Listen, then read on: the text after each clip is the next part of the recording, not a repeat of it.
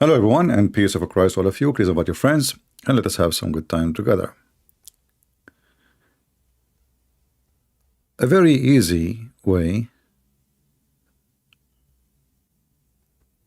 to expose Islam, or let us say you are a person who do not know anything about Islam, and there is most of people do not know anything actually even the one who think he knew a lot, like those who make videos on YouTube, they are still ignorant about Islam.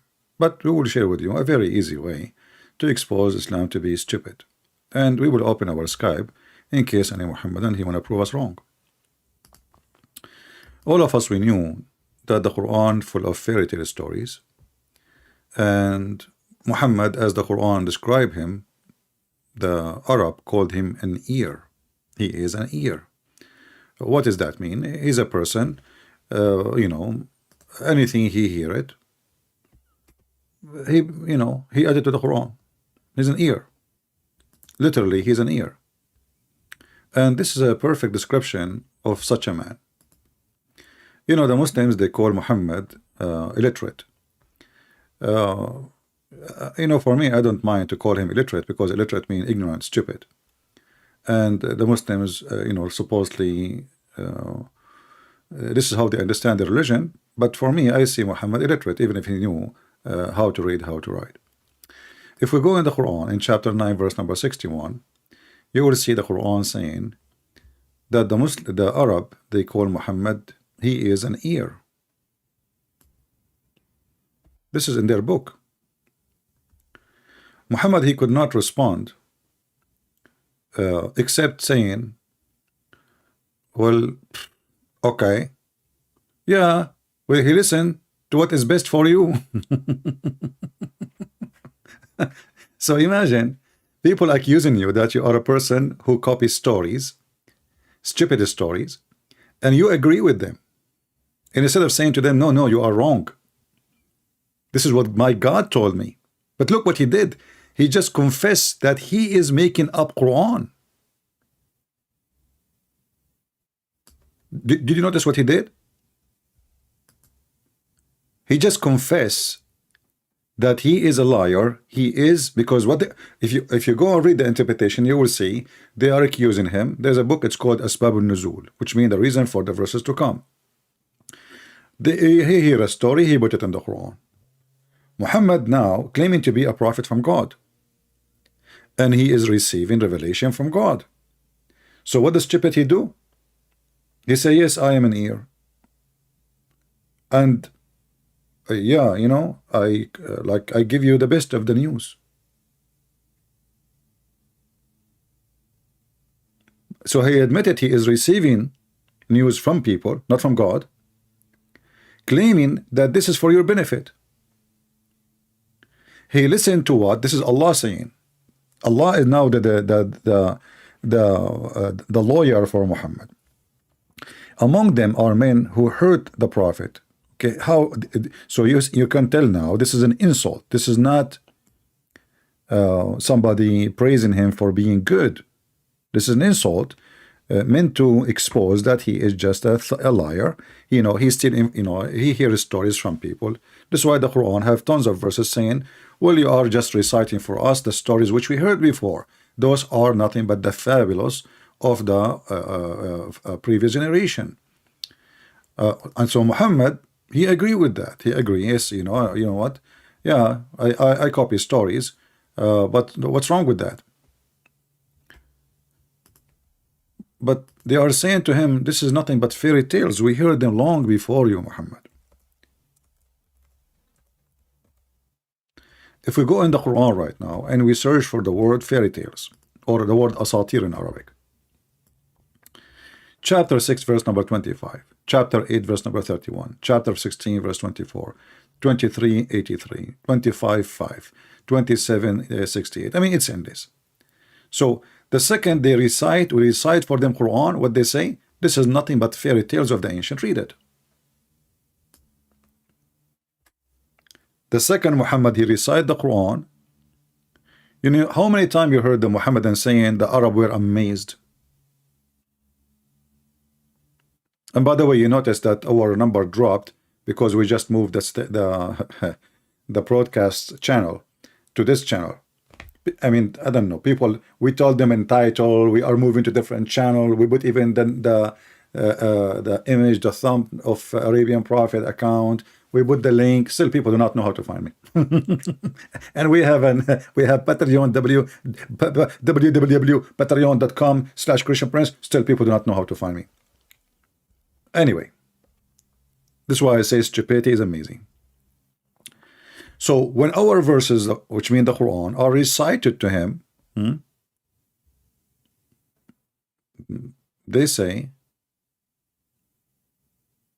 he say, this is nothing but the fairy tales of the previous. We heard those all. So the Quran confirm that those are tales for kids. It's a fictions. Only foolish people believe in it. And every person who hear, this is why Muhammad, you know, when the people they convert to Islam, if you go, you will check, you will find that there's a chapter, it's called the chapter of Al-Fatih. Okay, what is that Al-Fatih? You know what? By the way, most of the Muslims, most of the Quran chapters, the Muslims, they change their names. Like, you know, At-Tawbah, it's not At-Tawbah. This is Bara'ah. But anyway, they have different names, depend in the Quran you are reading. But if you go, when the victory of Allah, you know, when the victory of Allah came, people, they enter into Islam by like waves. Okay, how come they did not enter Islam when they hear the Quran? How come those people did not enter into waves? Into Islam by waves when Muhammad was reciting Quran. Only when he was victorious in the war, even the Muslims, thank you Muslims, they are adding the like a bracket to the Quran. So when Muhammad, he made the conquest against Mecca, then everybody in Mecca became a Muslim in 2 seconds. So Muhammad, he spent his life trying to, you know, but he could not make them convert to Islam. He killed the one who opposed, and the one who is alive, he converted to Islam. And this is how people, they enter like waves. All right. So the story now today is about the 7 sleepers. I will open my Skype. If there is any Muhammadan would like to join us,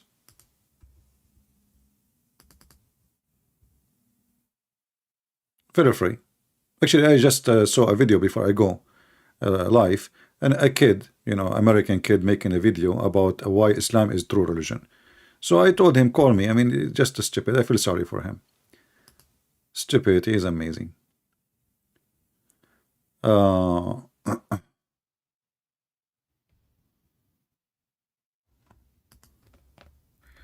Okay, is Sarah? Is Sarah is in the chat? I see she sent me a message. Is she in the chat? Are you in the chat, Sarah? Post something in the comments so I can see you and make you an admin. Sarah, the lady who left Islam, she lived in China.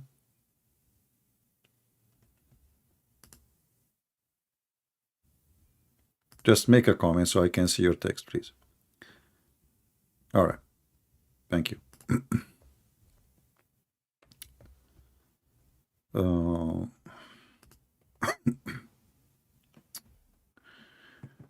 My Skype is open. If there's any Muhammadan would like to join us, please feel free. You know, we would be happy. You know, to see how smart your religion is. All right. I want to see how smart your religion is. So when they said to Muhammad, you are nothing in ear, and Muhammad, he confirmed, well, everything in the Quran is a proof that Muhammad is just a fraud. And the verse itself here confirmed that he's a fraud. He says he listened to you. So it's not Allah who's listening.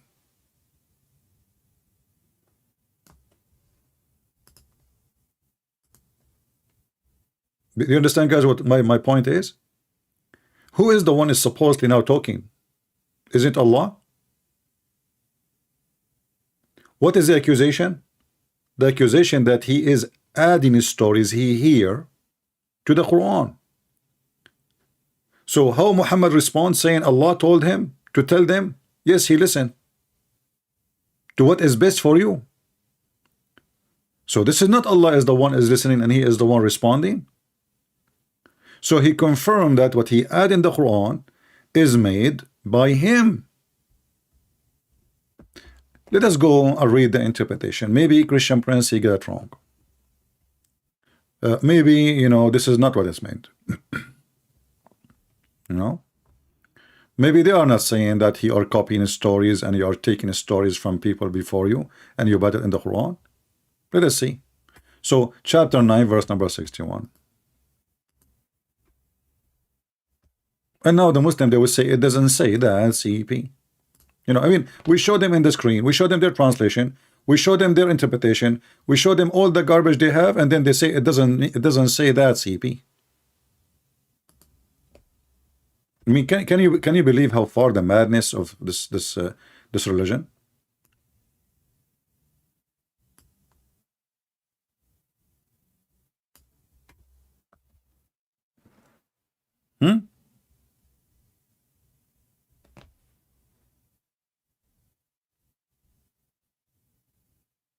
What is this? He confess that he's guilty. It's like you're like saying to somebody you are a rapist. He says, yeah, but I rape a beautiful woman only. Let us see the book of Asbab al-Nuzul.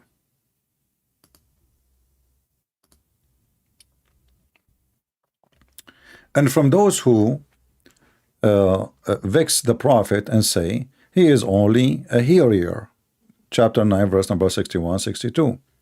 This was revealed about a group of hypocrite, and anyone, by the way, accuse Muhammad of something, they are the hypocrite, who used to harm the messenger of Allah. Allah bless him and give him peace. I mean, the guy is dead. Allah will bless him after he died. By the way, it doesn't say in Arabic, bless him and give him peace. They lie in translation. It says, Allah pray on him and salute him. But by saying him things that he should not say, one of them said, don't do this, for we fear that we say might reach him. Listen carefully. Don't say this because we fear that it might reach him. And listen, and then he punished all of us. This is supposedly the reason. And then he says, we will say whatever we wish to say, and when it go to him, he will believe whatever we tell him. Whatever we tell him. For Muhammad is nothing but a hearer. And so Allah, exalt is he, revealed the verse. All right, and then he says, continue. About one of the hypocrite whose name, etc. Ibn al-Harith, the man, and by the way, he always he have to be a bad person because he's a dark skin. No way he is a white man. He is a dark skin. He was a dark skinned, red eye, like man, the guy here have red eyes. Have you ever of a man have red eyes? Anyway, burned in the cheek, and etc. All kind of description, just to, you know, to make the man like he is something. It is this man about whom the Prophet, Allah bless him and give him peace, whenever want to look at the devil. So Muhammad, when he want to describe the devil, he tell them, look at this black man. Tell them, look at this black man. This is how Muhammad he see the devil. Let him look at Nabtal ibn al-Harith. This man was a tale bearer. He related the words of the Prophet, blessed be upon him, and gave him peace, to the hypocrite. And he who was told to stop doing this, he said, indeed Muhammad is but he is nothing but a hearer, which means he, you know, carry story, he copy them, and believe anything that the people tell him. Do you see it? He believe anything. Doesn't matter. How we can prove that Muhammad, he believe anything people tell him?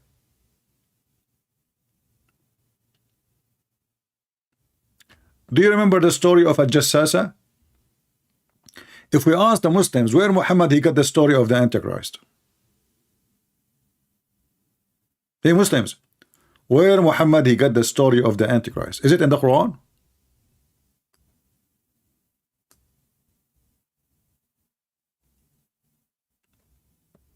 Any Muslim can tell me? If we go right now, we will see where Muhammad he is really a hearer, he is an ear. So anything he listened to, that's it, he accept the story, he publish it. He's a thief of stories. I will type in Arabic in the hadith al-Jassasa. That's all. I'm not going to search for anything. Here we go.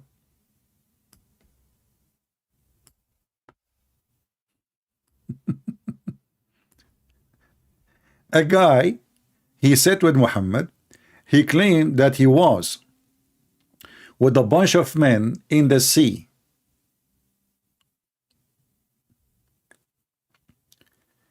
And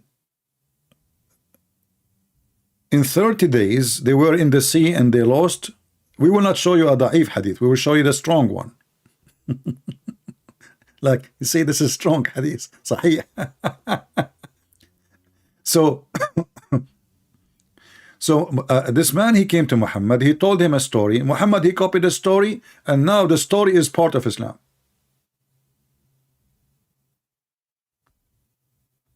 Look at this story. This is Sahih Muslim.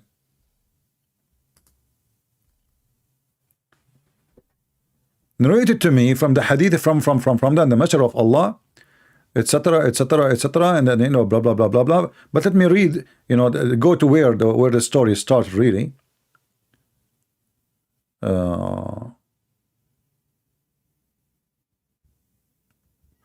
Muhammad suddenly, after he heard the story from this man, he said, "Everybody stay in your place, stay please." Okay, why? Allah Messenger know best, he said. By Allah, I have not made you assemble for extortion or by warming, but I have detained you here for Tamim ad-Dari, a Christian who came to the Prophet to accept Islam. This person, he want to save his ass from being killed. So he decided to be a hypocrite and told Muhammad, I want to be a Muslim. And now he gave Muhammad a story. And the story is involving Muhammad.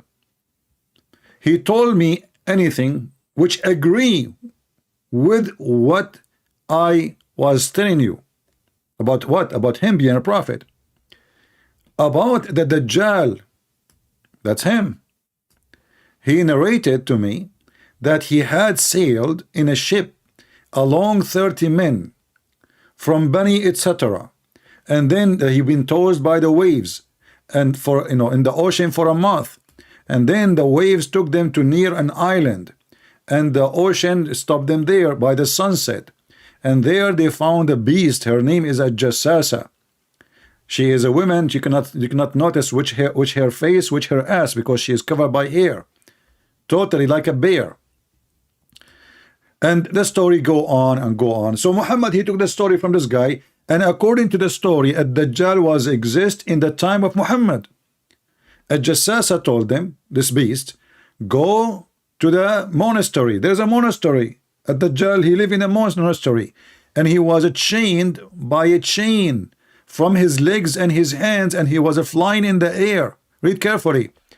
And then when they went there to the monastery, he found a well-built person there with his hands tied to his neck and having iron shackles between his two legs up to the ankles.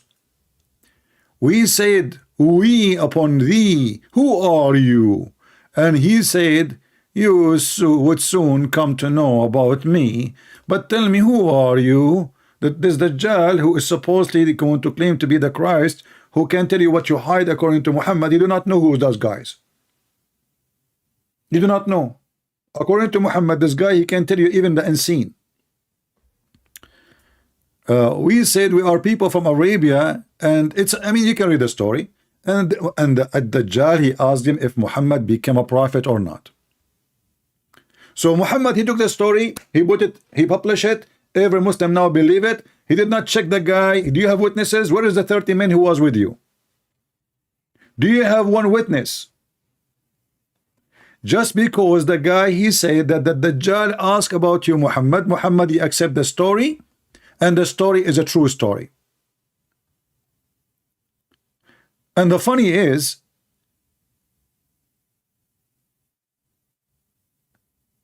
this guy is asking about people of Gog and Magog, if they pass by Tabaraya or not. He's asking about the Euphrates River. So a Dajjal is exist in the time of Muhammad, and soon he is going to come out. Look what it says here. He said to them, he informed them about the lake of Tabaraya. We said, which aspect do you want to know? He said, if there is water in it. They said, yeah, there's a lot of water, man. Thereupon he said, oh, okay, I think it would be soon become dry. Soon. Do you see the word? So Muhammad is a stupid. Soon the lake of Tabaraya will become dry. And then, why? Why is it going to become dry? Because Gog and Magog will walk by it. And they will drink all the water. Soon. My friend, the one who keeps saying, can you give me a source? Can you give me source? Can you give me source? I mean, don't you see we have a topic? Are you a kid? What's wrong with people? At least let me finish what I'm saying, and then I say, anyone have a question? And then you give me the question.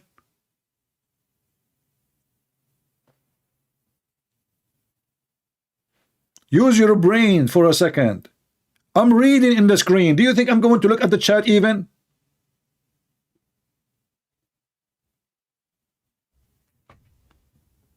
Unbelievable.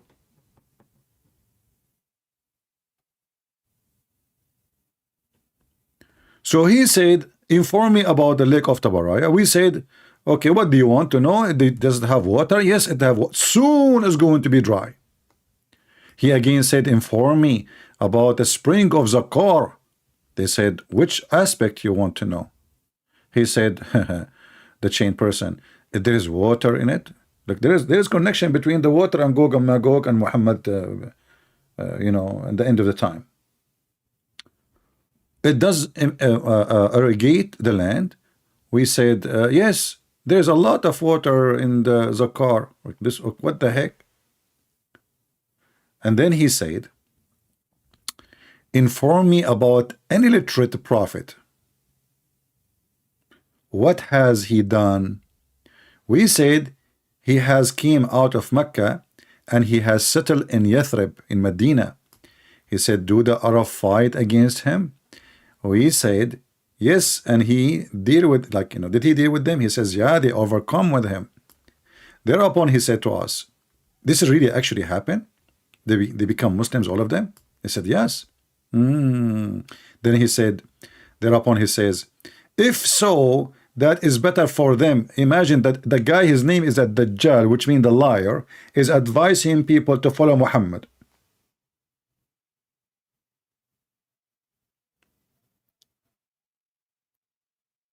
Have you ever, this is why Muhammad is stupid. I mean, shouldn't you ask yourself how you call the guy the Dajjal, which means the biggest ever liar, and then the Dajjal is saying you should follow Muhammad? Do you guys, do you understand my point? How we are saying this guy is the most evil, the most liar, the most deceiving, the most scary, and now he is saying, yeah, good for them.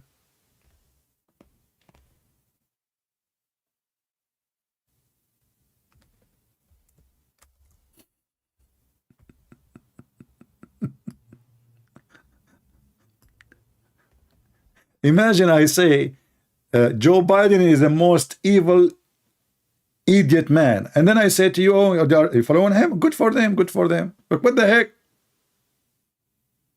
They are doing the right thing.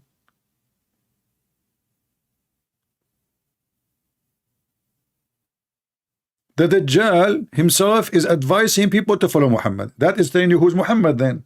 He must be a Dajjal too. And then they say they should know, and they should be obedience to him. Not only he said follow them, the better for them. No, they should be obedience. I'm going to tell you about myself. I am the Dajjal, and I would be soon permitted to get out soon. If we go back to the Quran, now we understand what an ear he is mean. He is an ear. The guy, he just told him the story 15 minutes before the prayer. He heard the story from the man. He went to the high location so he can speak to the Muslims, and he started telling them the story as the guy he just told him, and he took it for granted.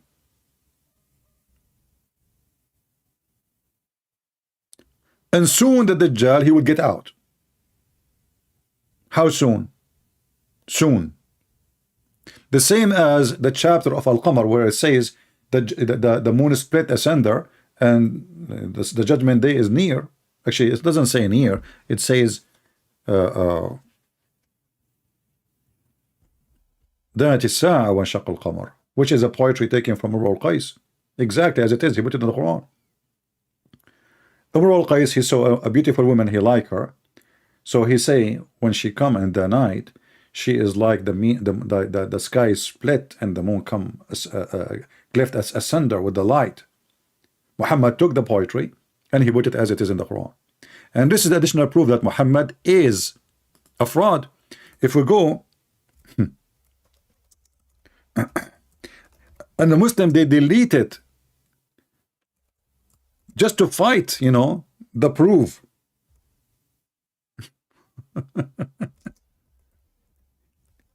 Any book in the Middle East posting the poetry of Imru al-Qais,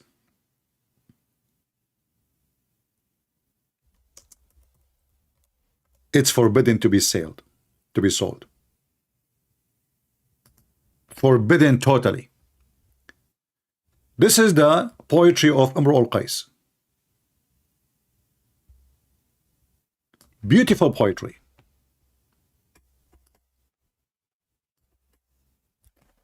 The verse taken as it is.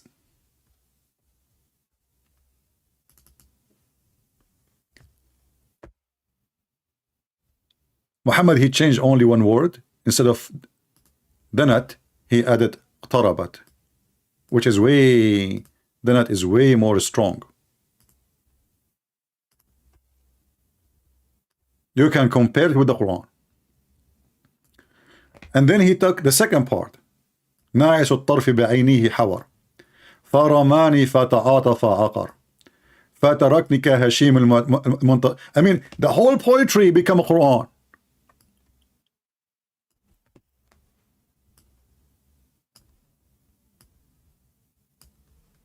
And the list goes on.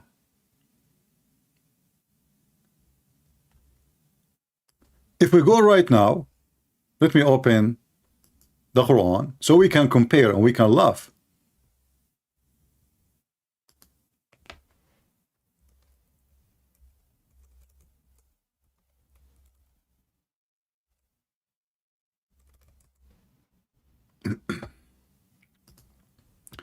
We will go to the chapter of the moon.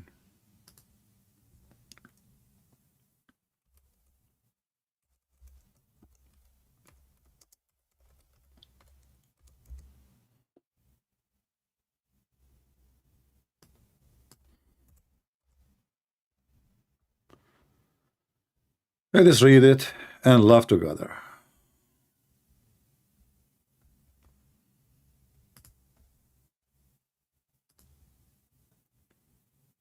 Until now, we don't have any text from any Muslim. I will check my Skype again to see if there is anyone.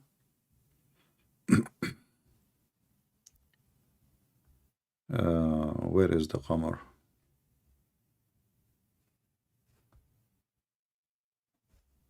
All right.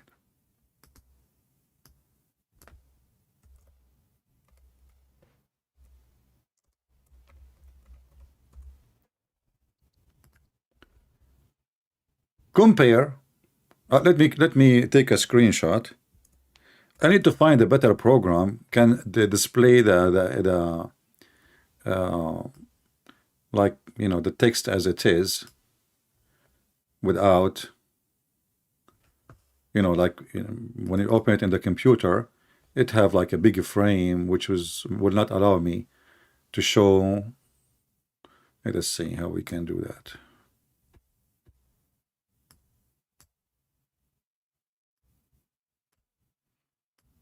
I cannot even make it smaller with this stupid thing. And if we put it here, we will lose. Okay, let's see. All right, this is the best we can do, what we can do.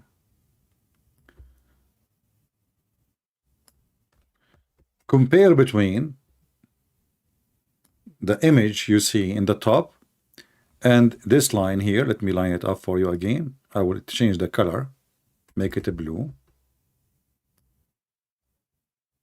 There's only one word changed. Here it says اقتربت in the Quran. Here it says danat, which is way more strong as an Arabic word to use. Exactly the same sentence. And then the rest of the chapter, you know, full of verses. Muhammad, he took it from everywhere. And this is why they call him an ear. But there is the verse today we are going to talk about is none of those actually. This is just like introduction to you to show you how this man, he is nothing but a thief. And he's a silly thief. Stupid.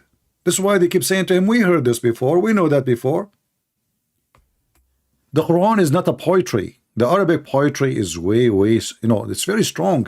Like if you read this guy, Imru al-Qais poetry, it's so beautiful. You read the Quran, it's so silly, so stupid. And let us show you some example. Actually, any verse in the Quran, and I challenge any Muslim, to show me one statement in the Quran is not stupid. In Arabic, in a grammar, in everything. But let us go and see this one.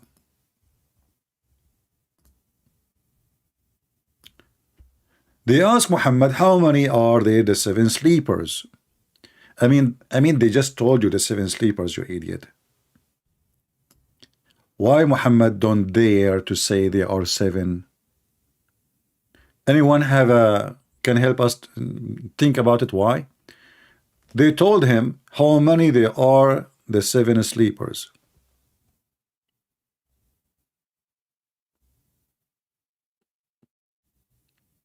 Any Muhammadan can tell us, help us? They told him how many there are, the 7 sleepers. I remember once in the month of Ramadan, they have a program in Saudi Arabia, TV. They ask a question in the street. If you answer the question, you get 1 ounce of gold. As simple as that. So the question was, air condition New York. Air condition what? York. What is the name of the air condition? The Abdul, he think air condition York. What the name of the air condition? Okay, time is up. Next person. Nobody knows. I mean, he just told you the name. He just told you air condition New York. What is the air condition name? So imagine I say to you air condition Mitsubishi. What is the name of the air condition? Still you do not know. And obviously this program is paid by the company to promote their air condition. So they will give an ounce of gold for a few people in the program, whoever answer, which very easy stupid question. Air condition New York, what is the name of the air condition? Is it is it two split or 1 unit? You know? So this is Muhammad. They came to him, they say, in the 7 sleepers, how many they are?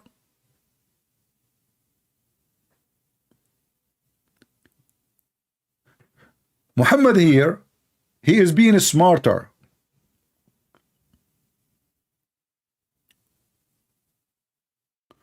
Somebody is asking what is the name of CP channels. He is in my channel. He's asking what is the name of my CP channel. All right. Lord have mercy. Because they accused him that he is a hearer already, and his smell is all over the place, that he copies stories as it is. So now Muhammad decided to be smarter. They told him the 7 sleepers. He thought maybe they are tricking him.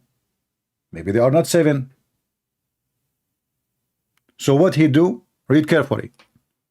Some they say, this is Allah is talking supposedly. Allah is answering the question. What is the question? The 7 sleepers, how many there are?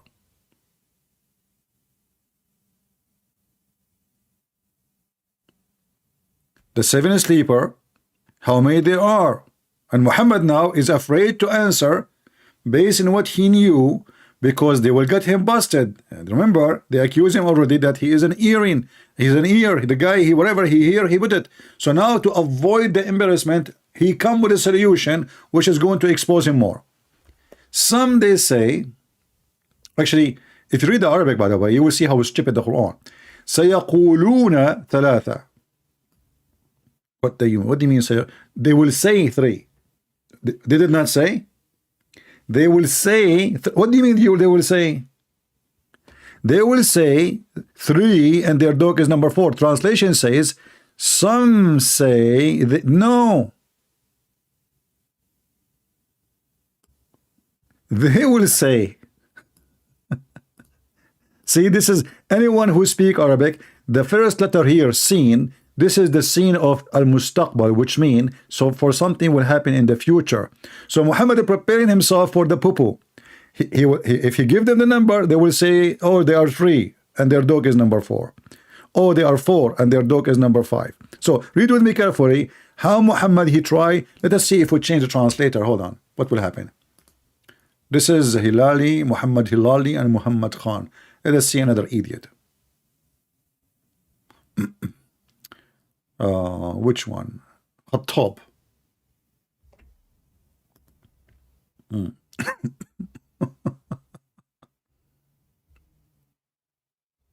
See, I just changed the translator randomly.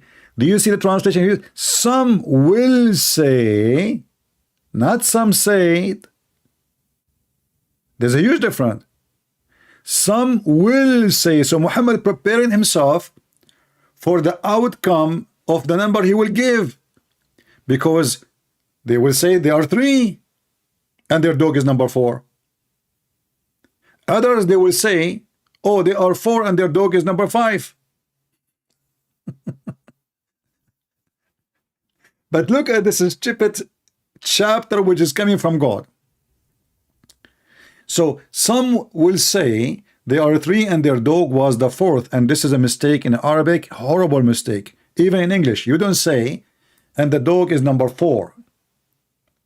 You don't say 3 men and their dog is number 4. You say 3 men and 1 dog. You don't count the dog as number 4, not in Arabic, not in any language. And the word dog, by the way, have a different story, because the Quran did not come with dog. It was kali'ahum, not kalbahum. And even Muslim scholars agree that the real word is not kalbahum, which means a dog. It was kali'ahum, because all of us, we knew that dog in Islam is something dirty. So how come now the dog is a good guy? So the real story in the 7 sleepers, that there is and a 7 Christians been discriminated, and the angel of God was guarding the cave. Not a dog. Imagine there's a king chasing them, and the dog will stop the king and his army. A little dog. This is why you see the Quran saying, "Basitun dhira'ayhi," his 2 arms is open. Dogs don't have arms, they have 4 legs. So he opened his wings to cover them, protect them in the cave. This is what the story is. And this is a story exists in the Christian culture, and this is a fiction story, even though some people, they take it seriously.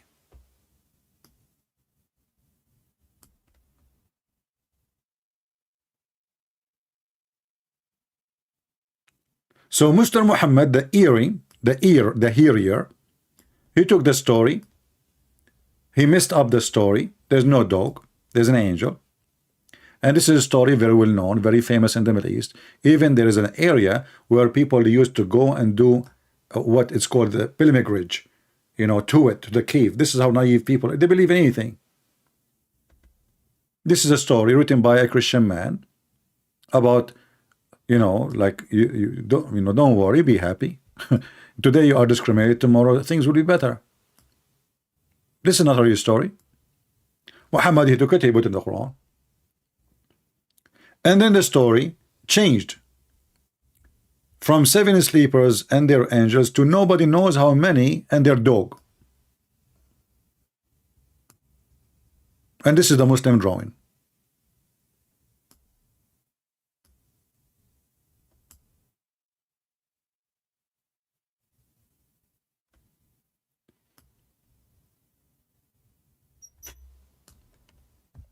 And for sure the Abdul, they sleep differently from the Christians, as you know.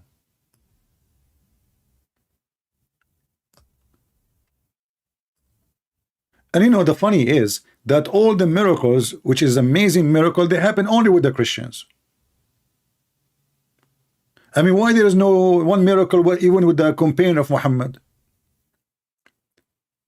The Quran, the Hadith confirm that the disciple of Jesus, they have tons of miracles. Those are not even disciple of Jesus. God himself want to protect them just because they believe in Jesus. If you remember, there's a story the Muslim, they spread around about Muhammad. When he ran away, he went to a cave, and then the spider, he made a whip closing the cave. So when they came to look, they said, oh, there's nobody here, because the spider have a whip in it. Anyway, there's a person, he just entered here. This is a story nowhere can be found. It's a fabrication totally, and this is a story taken from the Old Testament. And I made a video about it before, if you can search for it. So Muhammad is a hearer. Any story he hear, he take it, he put it in the Quran. But now we have a bigger problem. They are asking how many there are. And listen carefully. The question is not about nuclear or science. Answering the question will not hurt Allah. They are not asking about the day of judgment. They are not asking how many people will go to heaven, how many people will go to hell. They are not asking any of those questions. They are asking a simpler question about people who lived before us, good Christians who went to a cave. How many they are? That's it. I mean, what is the problem? If there is any problem,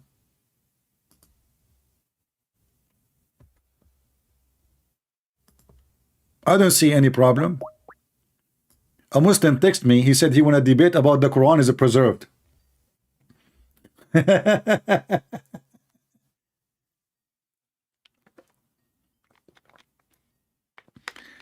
I don't know if he will answer or not. Let us see, so we can laugh. So how many there are? He don't dare to answer because he knew they accuse him already that he is an ear, he's a liar, he's copying. So if he says 7, they will say, we know, everybody knows there are 7.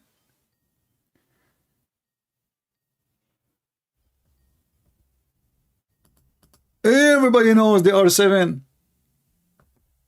I mean, this picture we showed you, written before Muhammad even was born or drawing. This is an ancient image. 7. They are not 8. They are not 5. They are not 6. Even they have names for them. Each, they knew the name of every person of them. And they are Greek. And they knew the city of it.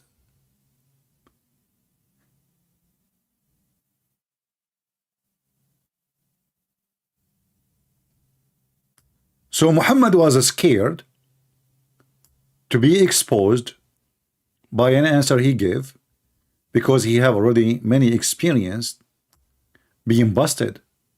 So what he do now? Look at this drama.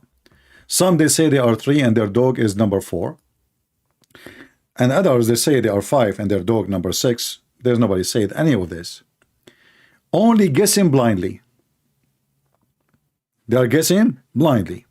And others they say they were 7 and their dog is number 8. Okay, are they guessing blindly too? Notice here, he did not say those are guessing blindly, because this is the most accurate answer. He say, prophet, say, only Allah knows their number. Like, what the heck? Okay, what is the number?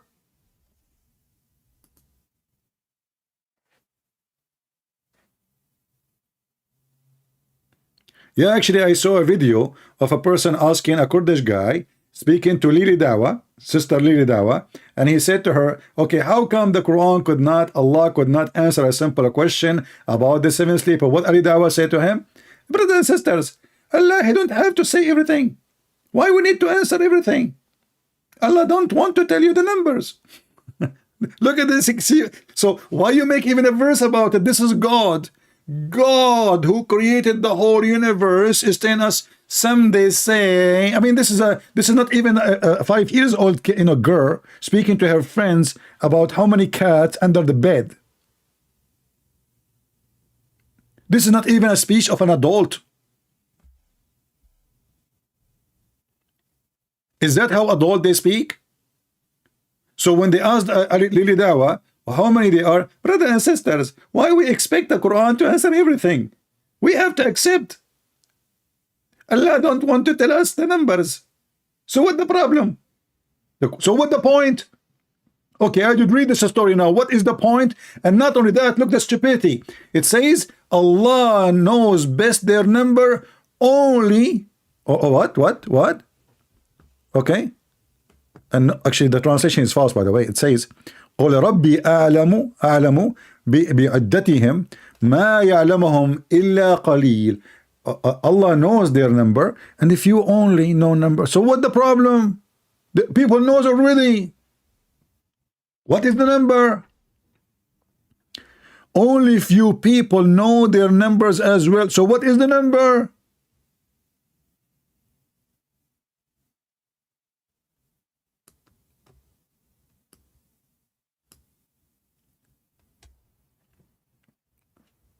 This is how stupid this religion is, and this is the easiest verse in the Quran to prove that this cannot be from God. I mean, is it going to hurt Allah to tell us, okay, they are 7?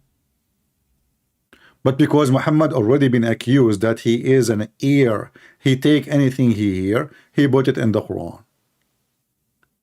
He heard the Jews speaking about the flying carpet of Solomon, flying horse of Solomon. So tons of stories. Muhammad right away shish kebab in the Quran. And the funny is, this guy who texts me in Skype says he want to debate me about the preservation of the Quran. My friend, the Quran is preserved with stupidity. Do I care even if the Quran is preserved or not? Why I want to debate about a stupid book? Already what we have in it is enough to destroy anything can make it a book. Secondly, you idiot, do you even have the Quran? You don't have a single script of the Quran. When one Christian donated a piece of leather to the University of Birmingham, the Muslim, they make celebration around the world. And by the way, it's not even the Quran. The date of the leather goes to be for Muhammad. The ink is not. The words is not. And it's not the same Quran today. We have the Quran of Samarkand, we have the Quran of Yemen, we have the Quran. Even Aisha, she said the chapter of Al-Ahzab used to be equal to the chapter of Al-Baqarah. How many verses in Al-Ahzab? Shall we check? This is Al-Ahzab today. We go to the end of it. How many? 73. 73. And Aisha, she said this is used to be equal to which one? to the cow. Let us go to the cow. This is the biggest chapter in the Quran. How many the cow? I mean, even the names, they fabricate them. All those names, by the way, Muhammad, he never called them those names. But anyway, you go here to the end, 286 verses. How many is missing, guys? Somebody give me the number. How many is missing?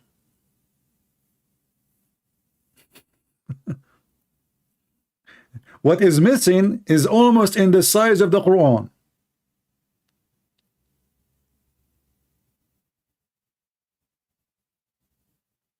In one chapter alone. But I don't want to debate about if it is preserved or not. Like, okay, who can recite for me the chapter of breastfeeding for adult? Nobody. Okay, what about stoning to death? Oh, we know, remember this one. So why it's not in the Quran? Should we follow it? They say to you, oh, this is abrogated by recitation, but not by abrogated by writing and recitation, but not by ruling. What the heck? Why you do that? I mean, if you have to follow it, why we take it from the Quran? Do we have any Muhammadan would like to call us and tell us why the Quran, and not to forget to mention all the stories, like chapter of the cave alone is the most funny, stupid chapters, enough alone to prove that Islam is made by a mule. Not even a human.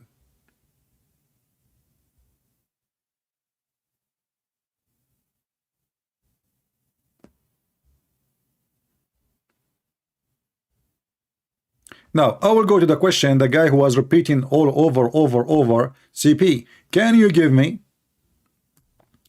the source of the story when Muhammad taught his neighbor was an angel? I don't know what story you are talking about. Muhammad, he thought his neighbor is an angel?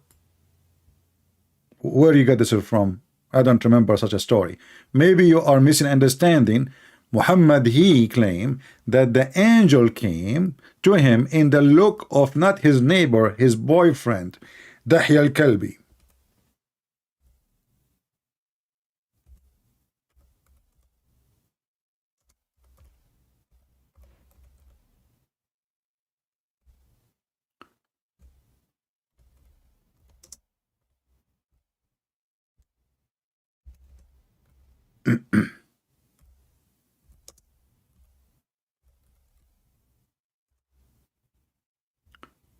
Let us see if we can find it here in this website.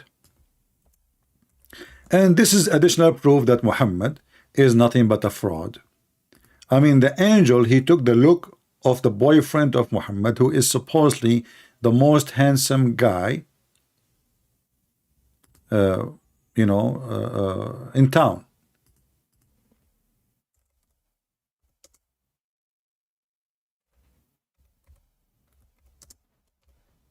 Let us see.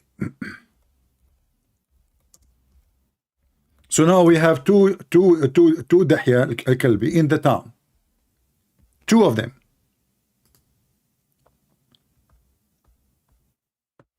In Islam there's, by the way, and this is an additional story about cloning.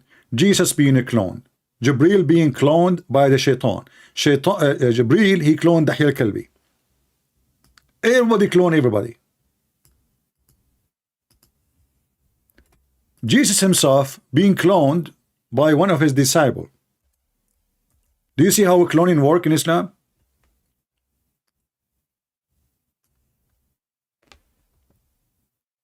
So Jibril, he came in the image of Dihya al-Kalbi, as you see.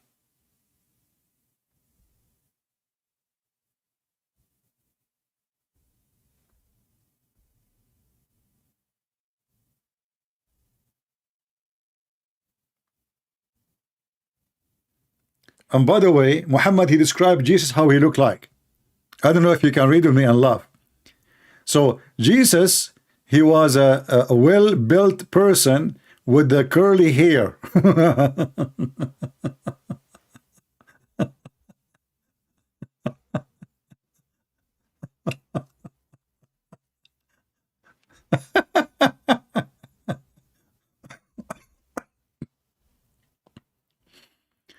Oh, boy. All right. I saw Dahya nearest the resemblance to him, who, the Jibril. Oh boy.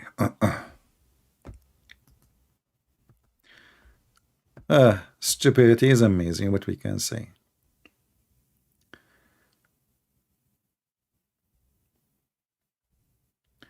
Do we have any Muhammadan?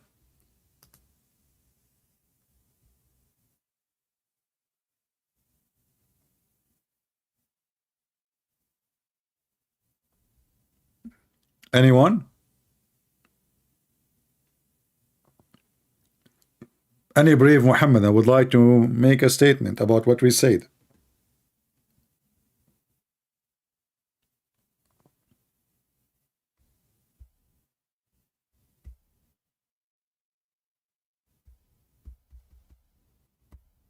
Nobody? No, we don't want people to pretend to be Muhammadan. This is what the Muslims do. We will not allow that. If you are a Muhammadan and you are proud to be a Muslim, please feel free and you can join us. Everything in Islam is just a fiction story, like the Black Stone. The Black Stone story exists before Islam. And Muhammad and his father and his grandfather and before him all generations, they have stones and they kiss and they worship.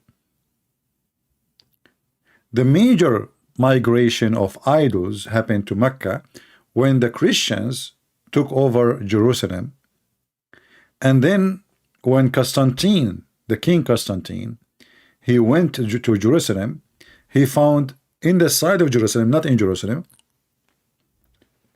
a huge location of Bedouin people placing their idols. So he ordered his soldiers that he don't want to see idol here no more. So what they did, they carry their idols and they walk with them to the desert of Saudi Arabia, where there is no Roman.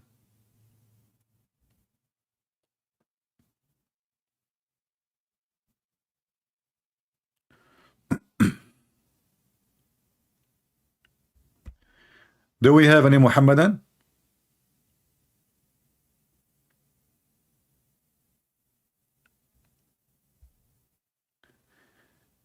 Jesus wasn't handsome. Read Isaiah 53.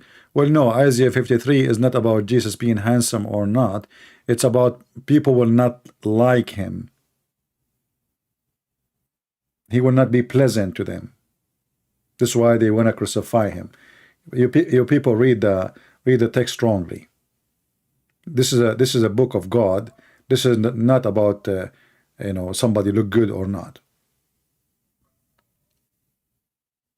Why people why men they want him? I mean, is he what why people they don't know how to read.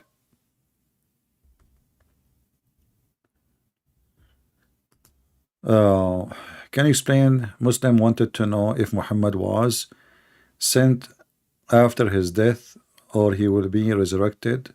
What do you mean sent after his death? Saint after his death. What do you mean saint? Like he came up? No, Muslims don't believe in that. Muhammad told them he will be the first one to be resurrected in the day of judgment.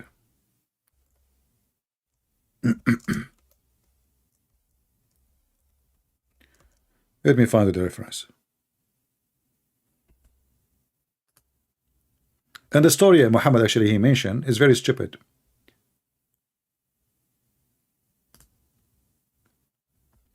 And I will tell you why. I will find the reference first, so I can show you why Muhammad is really stupid.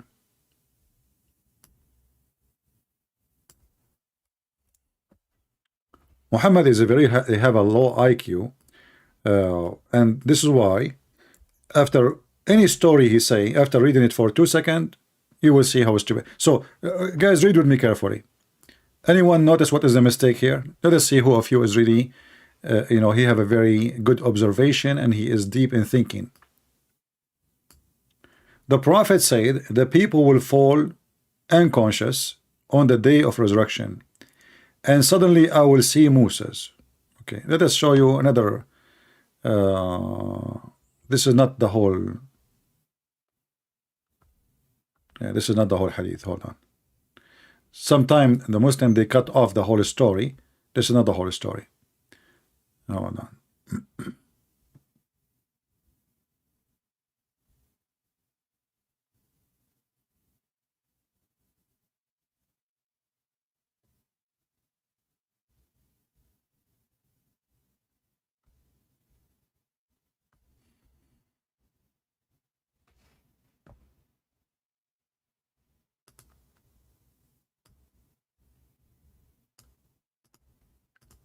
Let us see this one.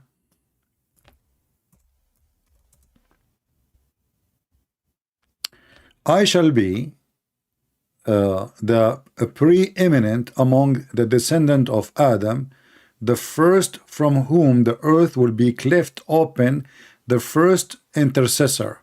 Translation here is not really accurate. He will be the first one who will come from the grave.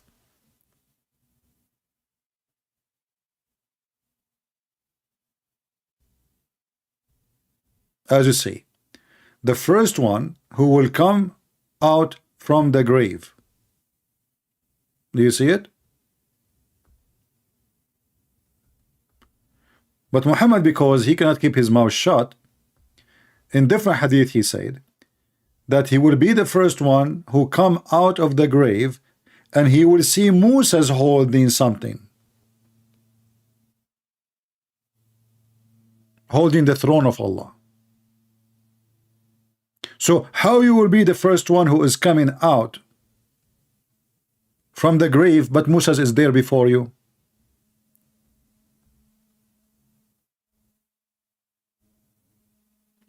In this hadith here it says, the Messenger of Allah said, I am the first one whom the earth will be split, then Abu Bakr, then Umar.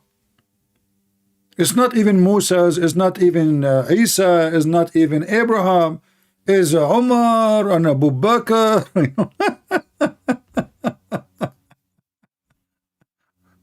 Do you see the fraud? I mean, why Allah will care to take Abu Bakr and Umar before Abraham?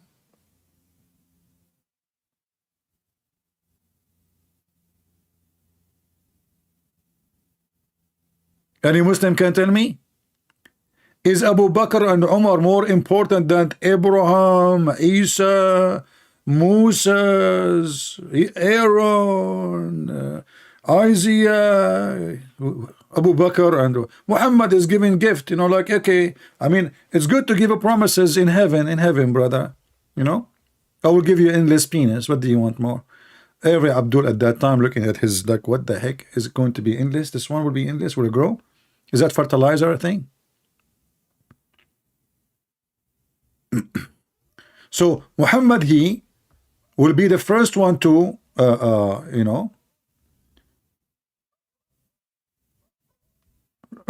look at this one. Look at this hadith. Read with me and laugh. And this is actually a question I asked long time. I was just a kid. I asked the teacher, I said, sir, I have a question. He said, not you again, not you again. What do you want? Put your hand down. I said, I will not, I insist. My hand is up. So he said, okay, what is this? This is very easy. I said, so how the Prophet, he will be the first one to be resurrected, and yet he will see Moses holding the throne of Allah. He just opened his eyes, as you explained to us. The earth will be open. This is what the teacher said.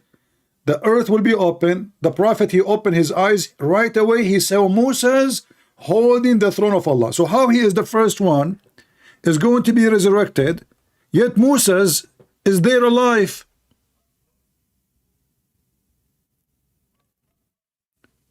He looked at me. He said, okay, we can answer this, but it's too much for you. You are too young to answer it. I said, we listening, you know, explain to us, sir. And the kids, they start saying, yes, sir, explain to us how that happened. He says, this is not your level. This is for bigger. When you get older, when you become you go to university, you become adult, we can explain those things for you. And then one of the Muslim kids, he said, sir, why you don't say you do not know how to answer it?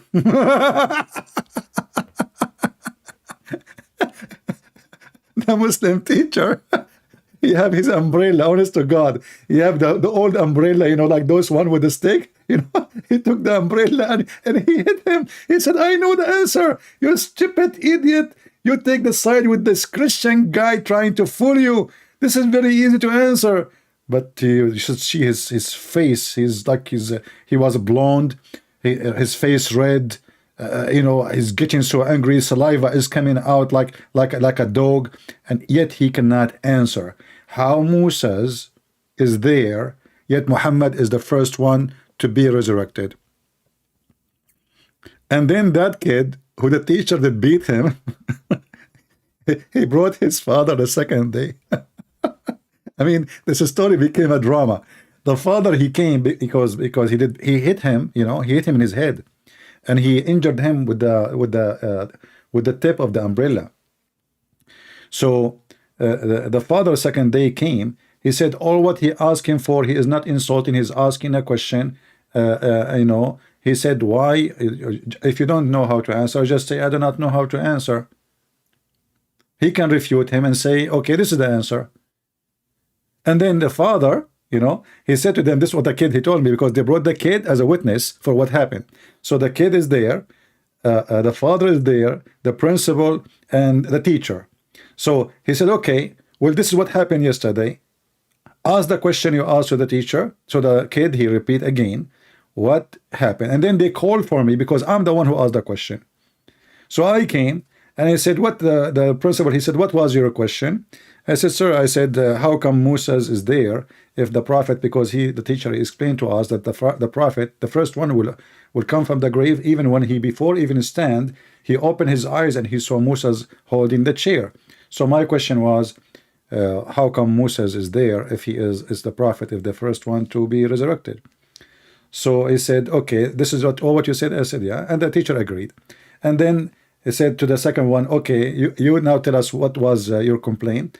So he said, well, I said, why you don't answer the question if you know the answer? Why you don't say you do not know the answer? And that's it. And then he did beat me.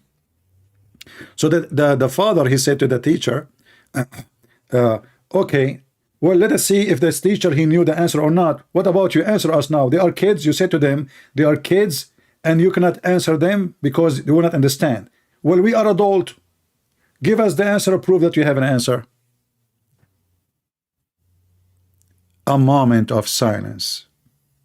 The principal, he looked at him. He said, what? What do you think?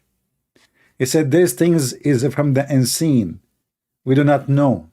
This is the answer. He said, just tell them that. Why you did beat the kid? Just tell them this is from the unseen. Suddenly it became the unseen.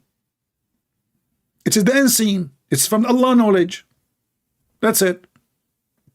So it was like you have to be growing adult. You have to be a growing man. When you are adult, like, you know, then you will understand. This is how embarrassing the stories of Muhammad. Muhammad is the first one in this hadith. Muhammad is the first. Abu Bakr is the second. The third is Umar. Why Umar is the third, by the way, Muslims? Poor Umar.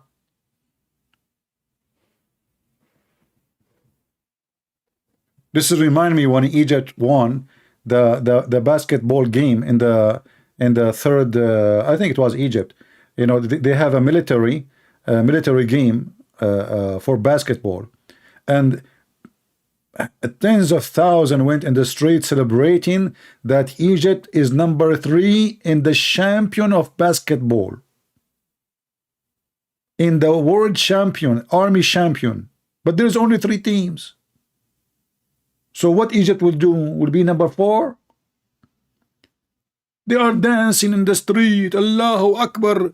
Egypt is number 3. Egypt, Allahu Akbar, on TV, make programs about it. How amazing the celebration, the victory. They are number 3. But there's 3 teams only.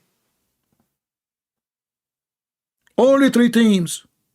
And they are number 3, and they are celebrating being the 3rd in the world.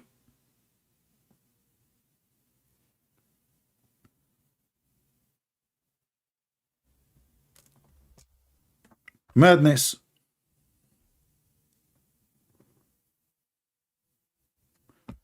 Do we have any Muhammadan?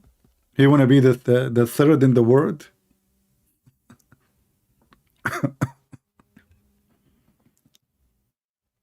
Well, at least they are not 4th, you know. I mean, come on, they are number 3. Come on, now we have to admit,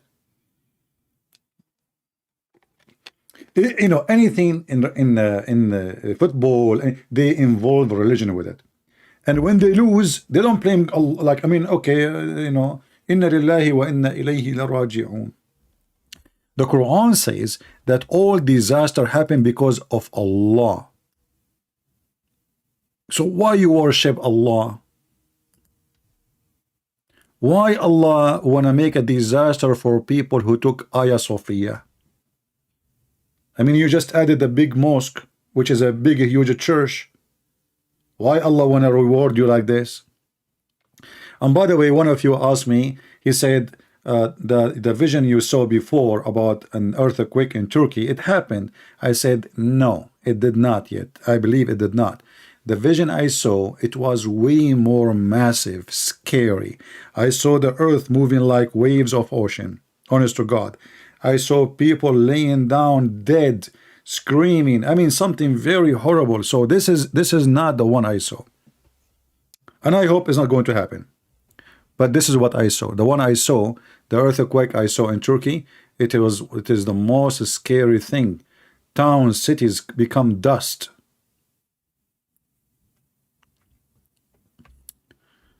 Yeah. No, the Quran say clearly, any musiba, you know, all the musiba, all calamity, all disaster belong to Allah. You know, Allah.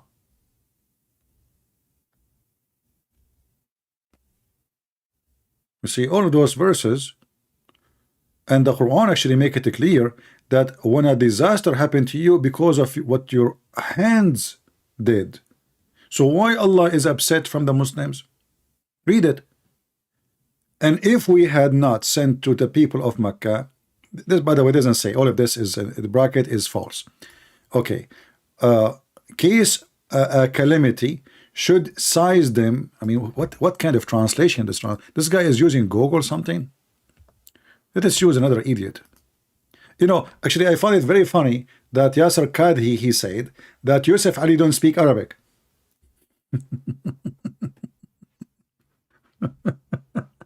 But read carefully. Oh, this guy, he added Quraysh.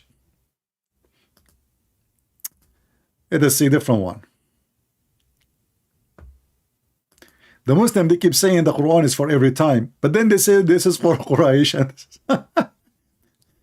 Otherwise, if a disaster should affect them because of what they or their own hand have sent before them, they might say our Lord was sent. I mean, guys, anyone understand anything? Is that English, ya Morsi? ولولا أن تصيبهم مصيبة بما قدمت أيديهم فيقولون ربنا لولا أرسلت إلينا رسولا. What the heck is that? Where is the cheese? I'm changing translators to see if I can find something we can understand. It has used a different one, Itani and Allah. Otherwise, if calamity befall on them as a result of what their hand has perpetrated, this is a new English word, they would say, our Lord, if only had sent us a messenger.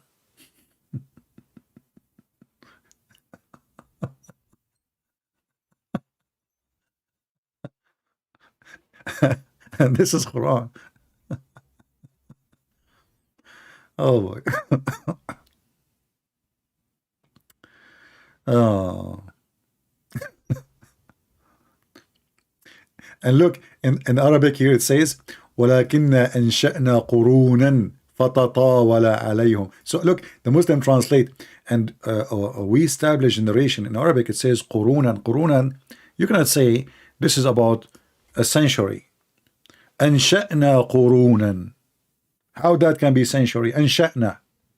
Do you build centuries? Stupidity. Anyway, do we have any Muslim would like to show us something smart in the Quran?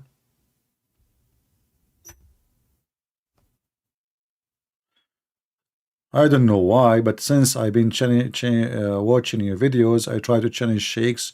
They always seem scared. Well, you know, the only one who call us actually is the one who have no career to lose. And if they have a career to lose, they hide their name, so they will not be known.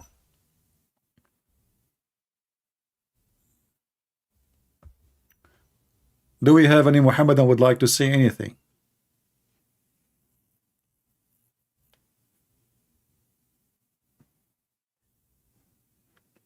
Anyone? Actually, there is an old debate happened in the time of Muhammad. You know, the Quran is full of stupid stories. And Muhammad told the Muslims that the bird al-Hudhud, which is mentioned in the Quran, chapter 27, verse number 20, when Sulaiman he was checking the birds, he have an army of genie, an army of a human, an army of birds, chickens. One of the birds, he is al-hub, the hudhud. In Arabic it says hupu. I'm not sure if I'm saying the word correctly. I don't know if you know how the bird look like. Let me show you. By the way, this is a lucky bird. You see, the fiction story protected this bird in the Middle East. No Muslim dare to kill it. See how lucky you can be, even as an animal, because of a fiction story? That's it. Muhammad, he mentioned it. This guy was serving Prophet of Allah. So this guy is a Captain Hudhud. So, according to Muhammad, this bird, he can see water under the ground, in the deep earth. So a Muslim asked Ibn Abbas. He said to him, well, how come then, if he can see what is under the ground, under the dirt, how come then a little child can put some seed in a trap and cover the trap with some dust, and this bird, he fell into the trap and we capture him? Ibn Abbas respond by saying, may Allah curse you, may Allah destroy you, may Allah bring calamity on you, may Allah make you blind. May Allah make what the heck? I mean, you see what happened when you debate them and you get them busted? So this is a smart Muslim. He decided to use his brain, not his ass. So he said to himself, well, if this is a bird, you know, he have all this qualification, he can see under the ground. Well, you know what? I mean, then how in the world, you know, we can put a trap, cover it by some dirt, and put some seed in the top, and this poor bird, he don't see it. It doesn't make any sense. And right away the answer is, may Allah curse you, may Allah destroy you.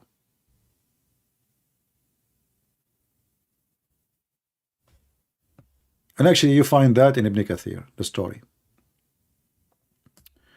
This is the chapter 27, verse number 20, 21.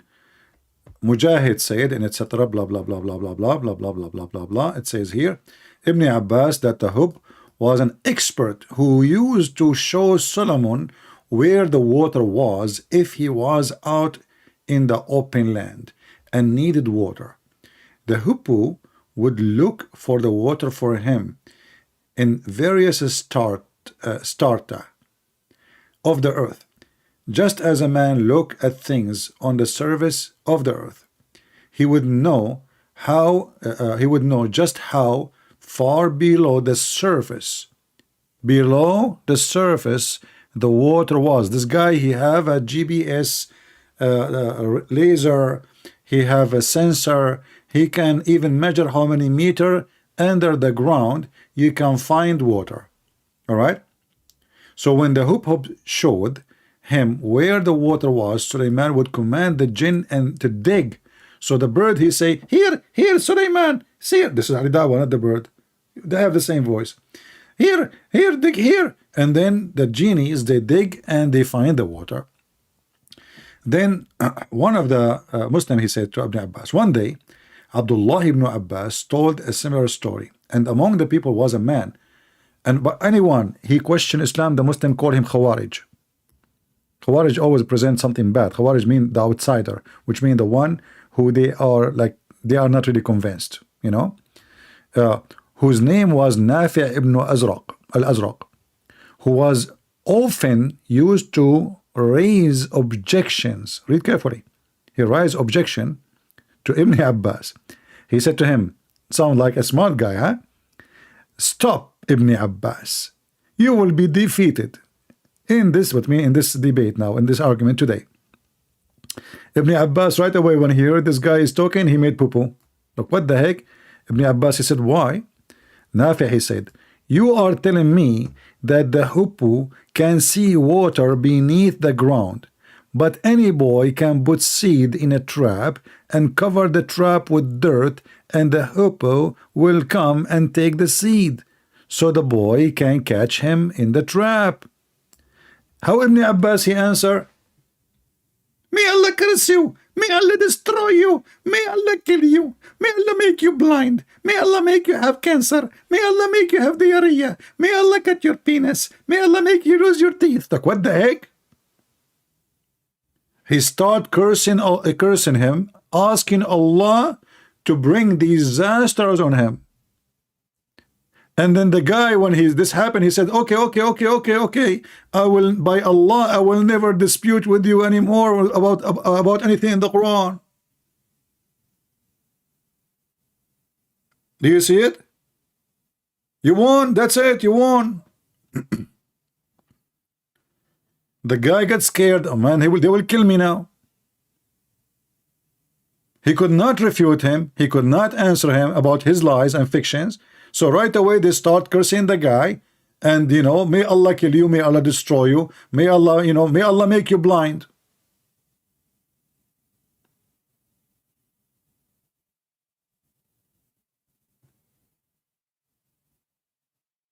The guy, he said, okay, I'm convinced, you know, by Allah, I will never dispute with you concerning anything in the Quran. And this is how the guy was refuted. And this is why nobody in the Middle East can debate the Quran. Who can debate the Quran? Anyone dare to debate the Quran? We dare. We laugh at it. And by the way, one of you said to me, should we make a donation to help people who they have an earthquake problem? Me, myself, I support making donation to help any people who need. But I tell you, my friend, those are thieves. The one who will receive the donations, they are thieves. Do you know how much donation the Palestinians they receive every year for education, for building schools, even food, even milk for the babies? Until now, since their war happened 70 years with Israel ago, until now, their school is built by donation. They get salary. They get beef. Canned beef, every family. Milk. All of this is sold in the street, in the black market. The leaders of Hamas, they take all the money, they build villas, everybody have 4 wives, 20 kids, and all those assistants will be sold in the market. Even clothing you sent by Salvation Army, do you know what they do to them? They will never give one for free. They sell it.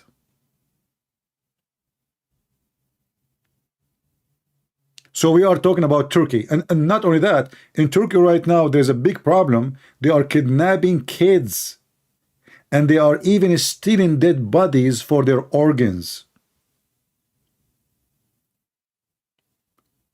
The guy, he just died, they cut his chest, they take his kidney, they take his heart, and they ship it overseas. Huge mafia. This is Turkey, my friend.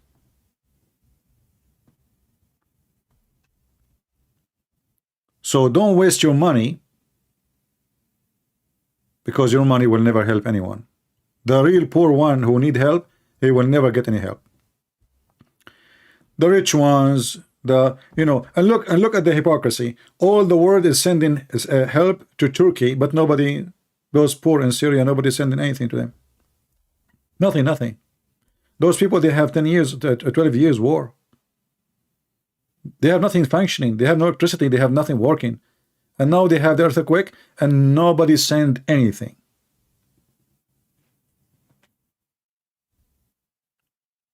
All the help is going to Turkey, which is part of the NATO. Erdogan, just a week ago, he said he want to shake the ground under Athens. He will attack Greece. He said our missiles, they will arrive to Athens, and they will shake the ground under their feet. A week after, the ground is shaking under his feet. And I say that this is not the massive earthquake which is going to happen.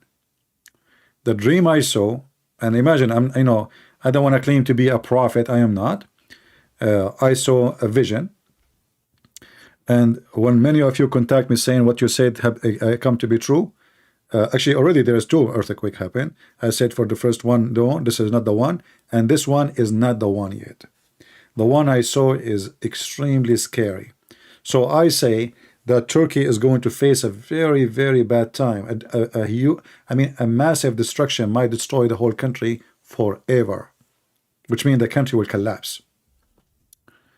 The vision I saw the earth moving like waves, screaming, crying, tens of thousands dead, flies, smell. You see the cities are demolished, not just hundreds of buildings. So what I saw is something I hope is not going to happen, but it's something beyond scary. This is why when I saw this one, I saw videos how the earth is moving, jumping up and down, which is really big. 7.8 is not a joke, but still the one I saw is really bigger. Barth, I answer you. There's no such a thing. I answered you. I said I don't know a story about Muhammad. He thought his neighbor is an angel. You are talking about Muhammad claiming that the angel come to him in the image of his boyfriend, Dahya al-Kalbi. So you are making a mistake. I answered you already. Maybe you are asleep.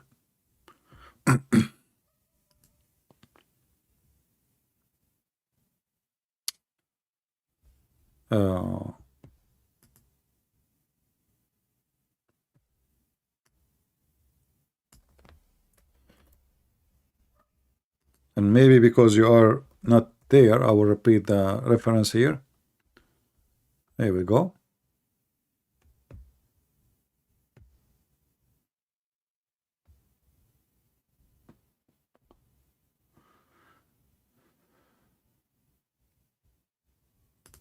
Actually, where is the translation here? They took it off. It doesn't say in English. It doesn't say he came in the image of Dahya al-Kalbi. They took it off. Yeah, here we go. Actually, it says here. So this is not his neighbor. Dahya al-Kalbi is the boyfriend of Muhammad. Aisha, she said that we were jealous from two people, Dahya al-Kalbi and Salman al-Farisi. Muhammad, he spent the whole night with them. Each one alone, individual.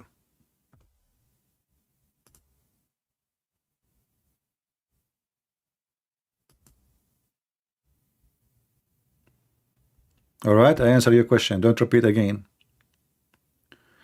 Do we have any Muslim?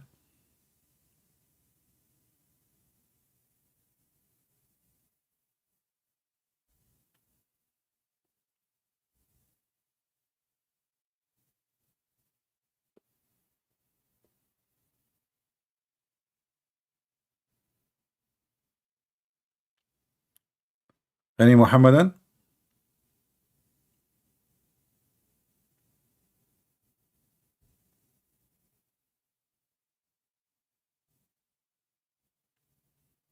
In Islam, there is many cloning. Cloning is a major part of Islam. An angel, a shaitan, his name is Al-Abyad, he cloned Jibreel, and he gave Muhammad satanic verses according to Muhammad. Jibreel, he cloned Dahya al-Kalbi, and he came to Muhammad in the image of Dahya al-Kalbi. Jesus was cloned by one of his disciples, so they put him in the cross. And there is many other stories, but here you notice how we can trust anything then. If Jibreel the angel was cloned by Shaitan according to Muhammad, that means Shaitan, he can clone anything and he can come to us as anyone he wish. So how Muhammad can confirm that the one he was seeing always was an angel?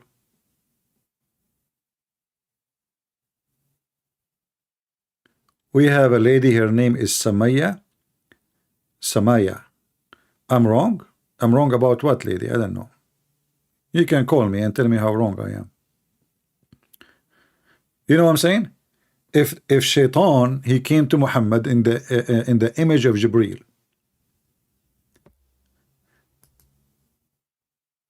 that means Shaitan, he can claim the identity of any person. He can claim the identity of Muhammad or Isa, Musa, Abraham, Allah. Right? So how we can trust Islam then for anything? Because as you see, Jesus was not Jesus, it was a fake Jesus. Jibreel was not Jibreel. Once he was cloned by the devil, and Jibreel himself cloned a person, his name is Dahya al-Kalbi.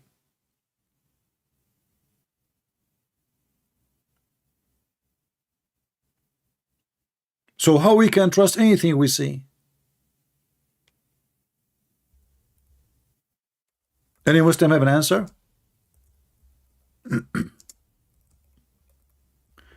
We know when the Shaitan, which is called the white,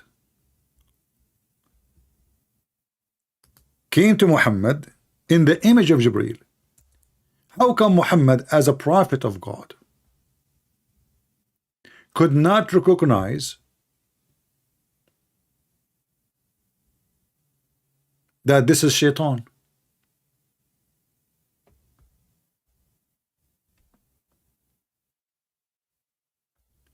And now how we can trust that every time Muhammad was seeing someone claiming to be the angel Jibreel is not Shaitan?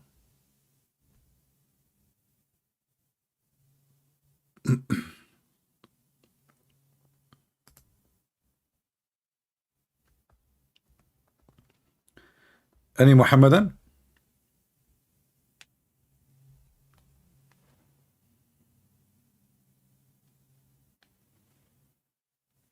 Nobody.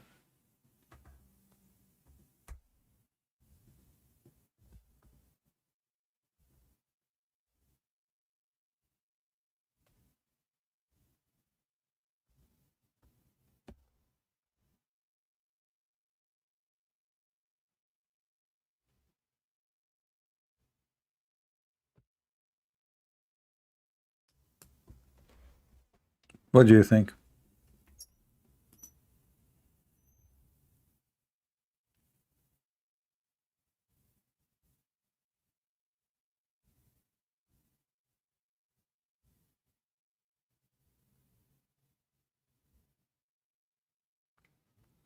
I heard other Muslim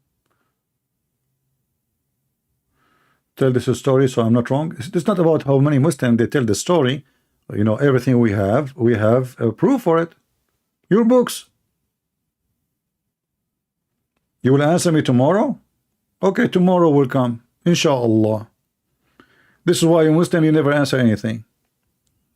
The religion of inshallah, and Allah never, if Allah himself, he cannot answer, how you would answer? Look, the question is, the simple question is, they ask Allah, how many sleepers in the cave? Was Allah able to answer? No. I mean, look how simple the question is.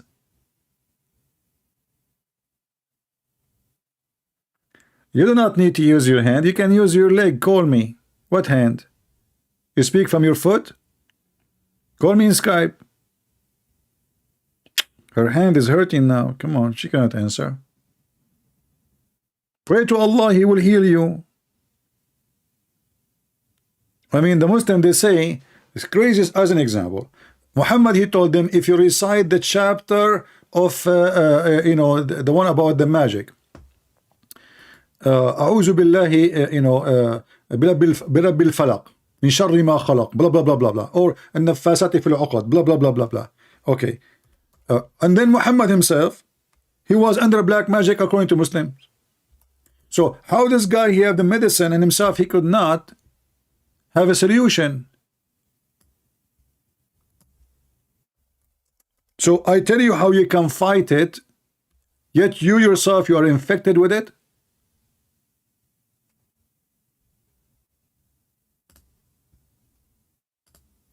Does that make sense?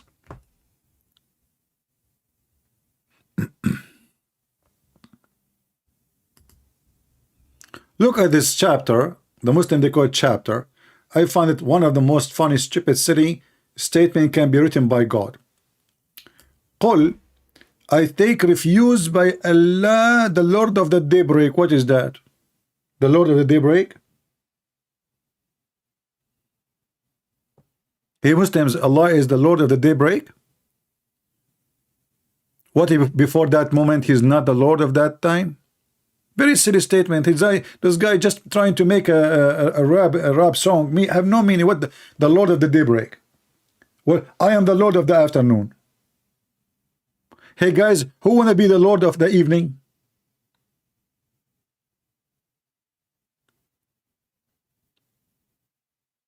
If there's any one of you is interested to be the Lord of 7-Eleven?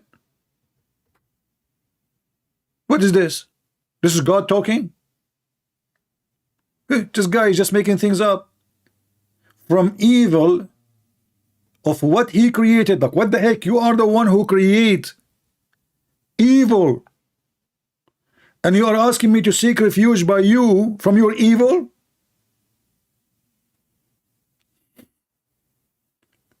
So the virus came from the laboratory of Allah. So what we do now? We seek Allah against his virus.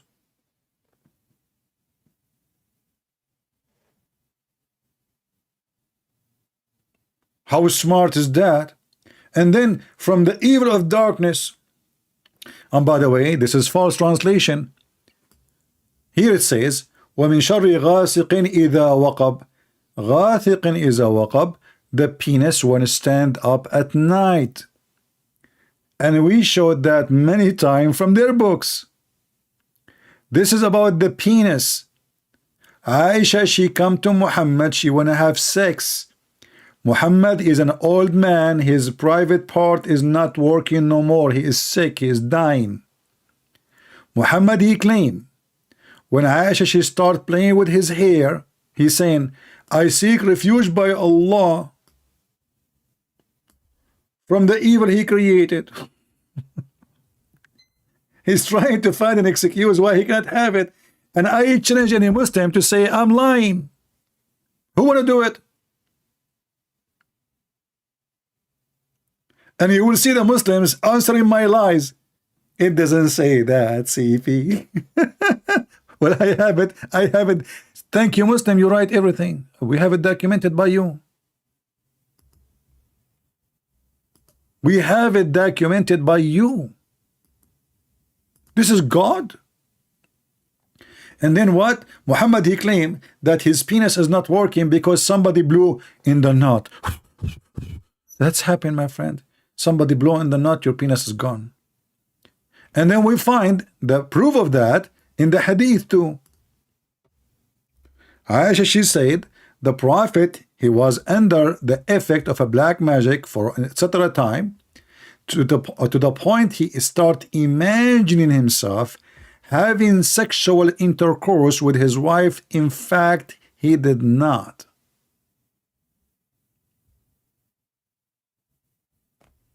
Do you see it?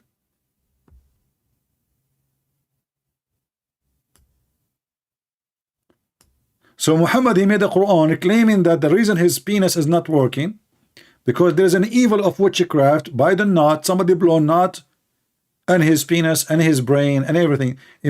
Muhammad imagining. Listen carefully. This is not a dreaming. No. All of us, we dream. All of us, we dream. But we wake up, we know it's a dream. Muhammad, he think that the imagination he see is true. So now we have Shaitan who become Jibreel. We have Muhammad himself. He is hallucinating. He think what is fake is true and what is true is fake.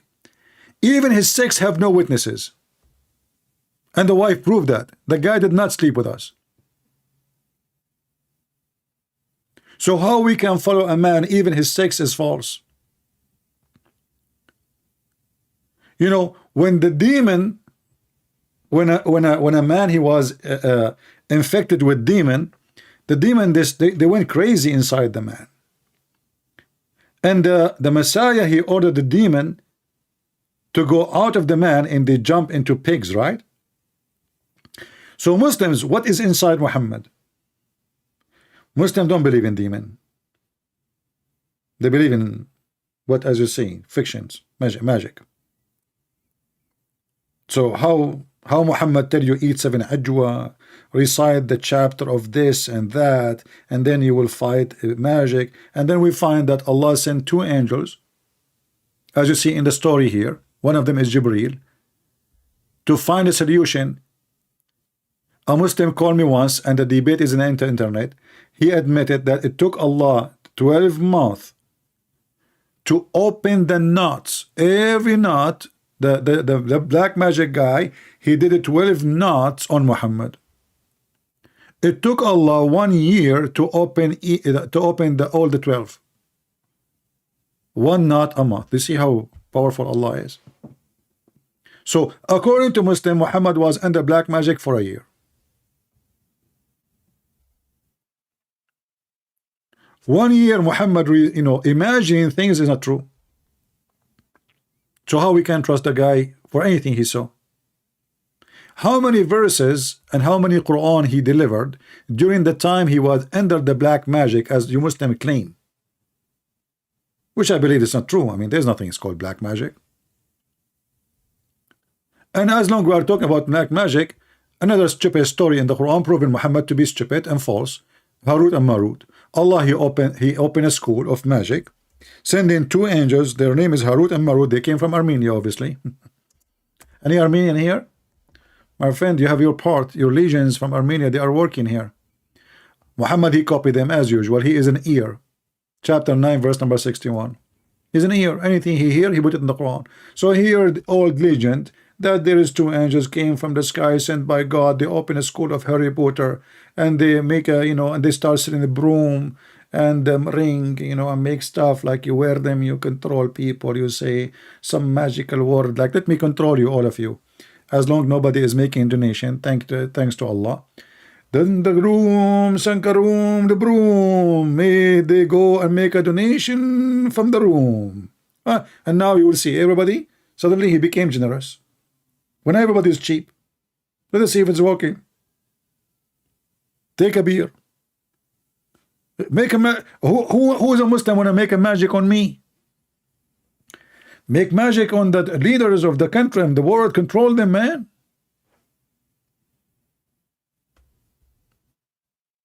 Once I went to a store. They are selling voodoo. You know, I was it was in a beach area. I don't know. I think it was Thailand or Philippines. I forgot. Philippine. So the guy, I told him. He said, "How I can help you?" I said, "Well, I have a problem with my mother-in-law." He said, "Yeah, I know. I can't. I know your story." The guy now he claimed that his magic connection is working. He said, "Really, you know?" He said, "Yeah, I know. She's causing you problems." I said, "Yeah.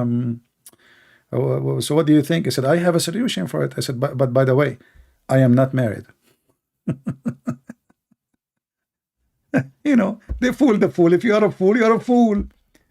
So you want to play with me? You know, the guy, he said, "Okay, we got a fool customer.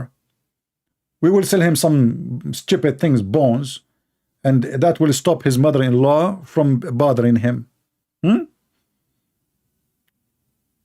The second he said, "I have a problem with my mother," he said, he knew everything. He knew everything happening to me, everything.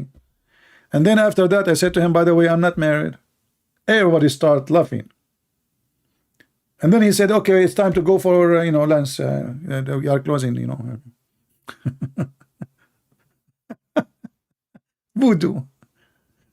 Voodoo. What a stupid people. Huh? Yeah. So, you know, always in every time of Muhammad, now after a million years, there is somebody take advantage of the fool and the silly and the naive. And there's always naive people. They believe anything. You can fool them. Like Joe Biden telling them the Republican, they want to cut the Social Security so he can scare the people, you know. He knew a lot of naive there. A lot of people are ready to accept anything. Just tell them, "I saw a Bigfoot in my backyard." Everybody will watch the video. Bigfoot in your backyard, yes, but nobody can see this guy Bigfoot. Nobody. But he's there. Brother, he's there. And he's a Bigfoot, by the way, not small foot. It make a difference.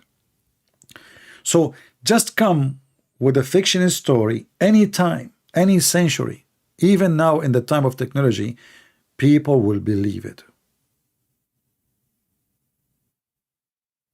Stupidity is alive. And as long as a human being exists, stupidity is alive. There is people always will believe in any garbage you give them. And those are the ones who false men like Muhammad, they are waiting for. And then you grow in a society teaching you the stupidity, generation after generation, and then they make the stupidity holy. So nobody dare to question what is holy, stupid. And because nobody dare to challenge the stupid holy, otherwise you will lose your head, then every head will go down, accepting the stupidity as a fact. And this is what happened with Muslims. The second one of them, he questioned it, he is dead. There's one of the caliphate, he brought a big Muslim scholar.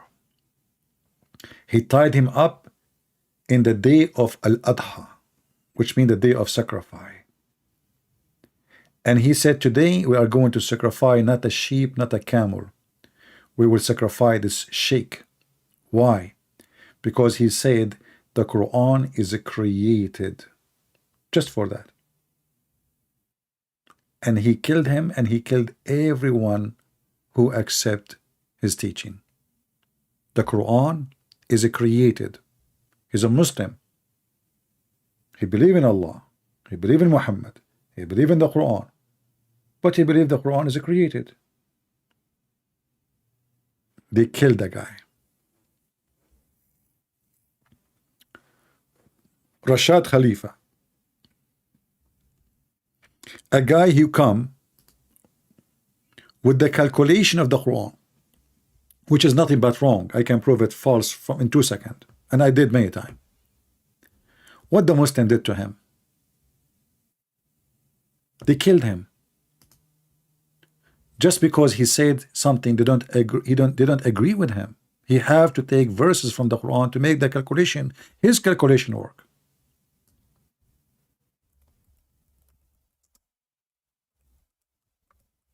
Rashad Khalifa too, he opposed the Muslims because they are worshiping Muhammad. There's a video, it's called Friday's Sermon of Rashad Khalifa. Go watch it. This guy,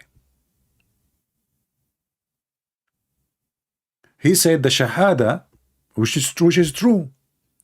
The Shahada of the Muslims today, and remember he's a Muslim, is nothing but polytheism, because they are associating Muhammad name with the name of Allah.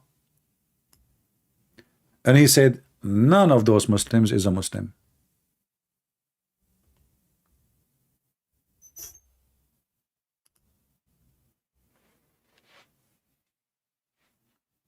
They killed him. I don't know if they were able to find who killed him, but obviously the one who killed him is a Muslim. He have access to his house easy because they found him dead in the kitchen without any break and entry into the house, which means the one who came is known. They knocked the door, he welcomed them in, and they killed him inside his house. The Muhammadan, they claim that there are people who believe in monotheism, but the fact anyone knows little bit of what monotheism is. Muslims are mushrikeen. They associate the name of their God with the name of their prophet. Not only they associate the name, they associate the knowledge of Allah with the knowledge of Muhammad. You will not find one hadith, the Muslim, they will not say Allah and his messengers knows best, or the opposite.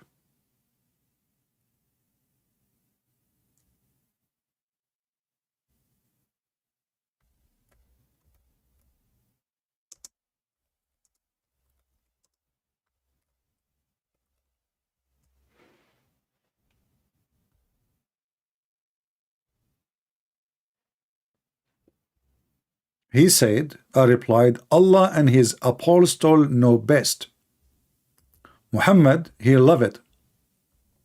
He loved to be praised, to be God. That's why his name is Muhammad. Muhammad means the praised one. Muhammad changed his name from Qatham to be the praised one. This is what Muhammad means. So if Muhammad is the praised one, who is praised to? Who is Allah? So Muhammad, he tried to replace Allah, to replace Jesus, to replace anyone to be worshipped and to be the one to be worshipped. But because he's filthy, he knew that nobody will accept him if he say I'm Allah. So he made him worship him without saying that. So now every Muslim when he pray on Muhammad. Any Muslim he pray, his prayer goes to Muhammad. Like when a Muslim he pray, his prayer should go to God. No, his prayer go to Muhammad. If you don't believe me, read.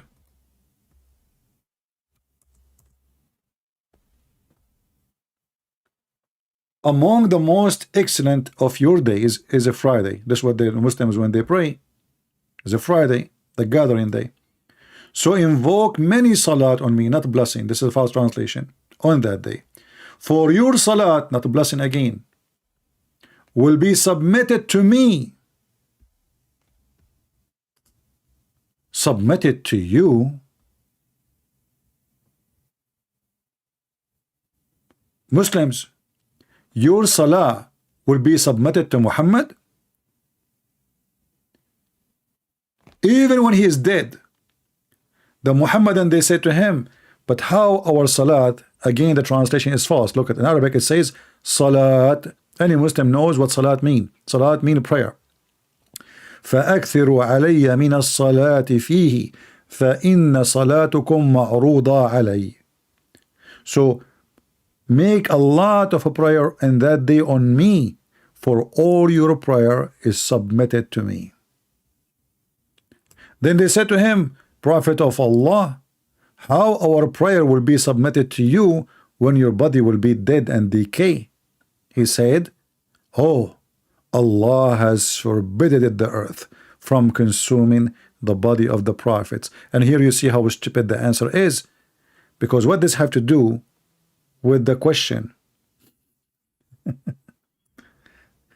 Guys, you understand what I'm saying? Are you dead or alive? Let us say your body is not decay, but aren't you dead?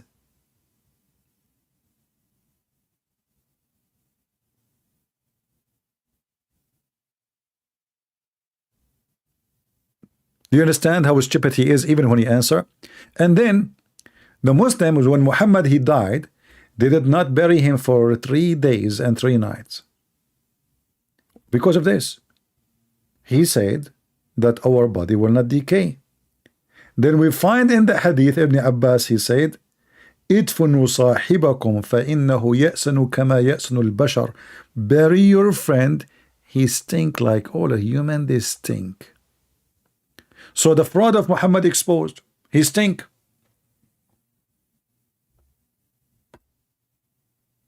And then when they buried him, because now they cannot wash his body, because his meat is coming out pieces, his body decay. So how they bury him? Without washing him. And the excuse is, no, he's a prophet, we don't wash a prophet.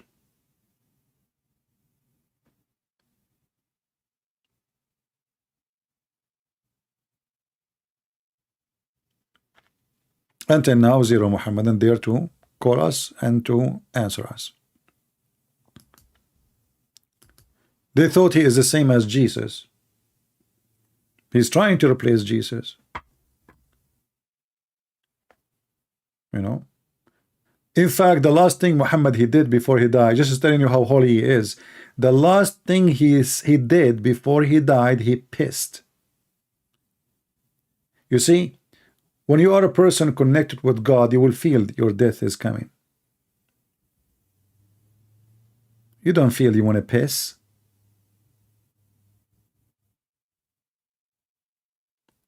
And Muhammad he died in a very horrible, painful way. He was dying slowly. Even tons of hadith says he cannot even walk no more. He cannot even pray. He cannot move from a house of, he have 13 wives.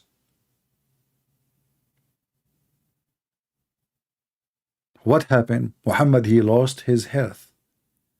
But isn't it this is the prophet of God who advised you how to be healthy? He can tell you what your disease supposedly. You remember the story of the guy, he came to him, he says, my brother is sick. He told him to drink honey. The guy, his brother is dying. And he accused him later, he screamed at him, he says, your brother stomach is lying, and Allah told the truth.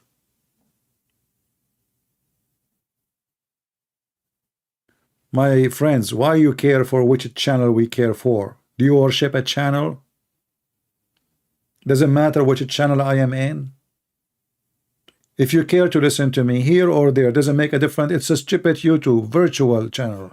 Is that like an address, physical address you drive to? What's wrong with people? They are attached to a channel. They cannot leave that channel. Look, we have only like 600 people here only. Just because we moved to a different channel, because they are confused, that's it. They cannot find direction. They are like the Abdul.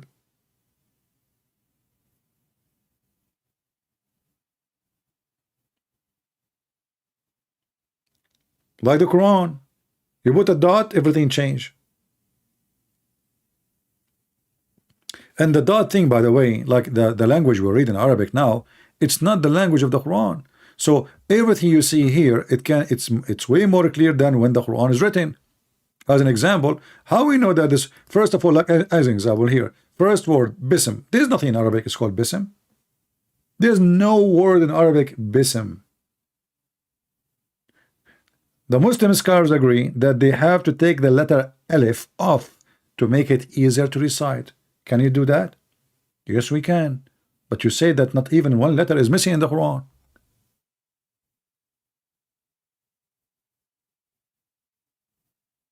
Guys, I'm speaking live to them and they are asking, is this is my professional official channel? I'm live speaking now, answering them in the chat, and they are asking if this is, so I am here doing what? I mean, do you think like YouTube give me access to all channels in the world, any channel I go to and I go live? I'm talking to you in the chat. That's mean I am watching this chat. Lord have mercy, I better go today before I go crazy. So everything you read now, it's way easier to read because one letter, one dot can change everything.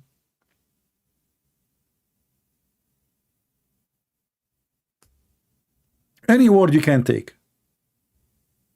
As an example, if we go right now, here we go, this is the Quran. The chapter of the elephant, al-fil. Okay, how I know this is the fil? How I know that the word there is fil?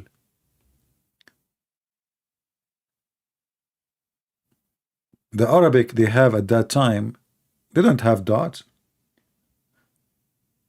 Maybe it's maybe it is mill, maybe meal, maybe qeel, maybe feel.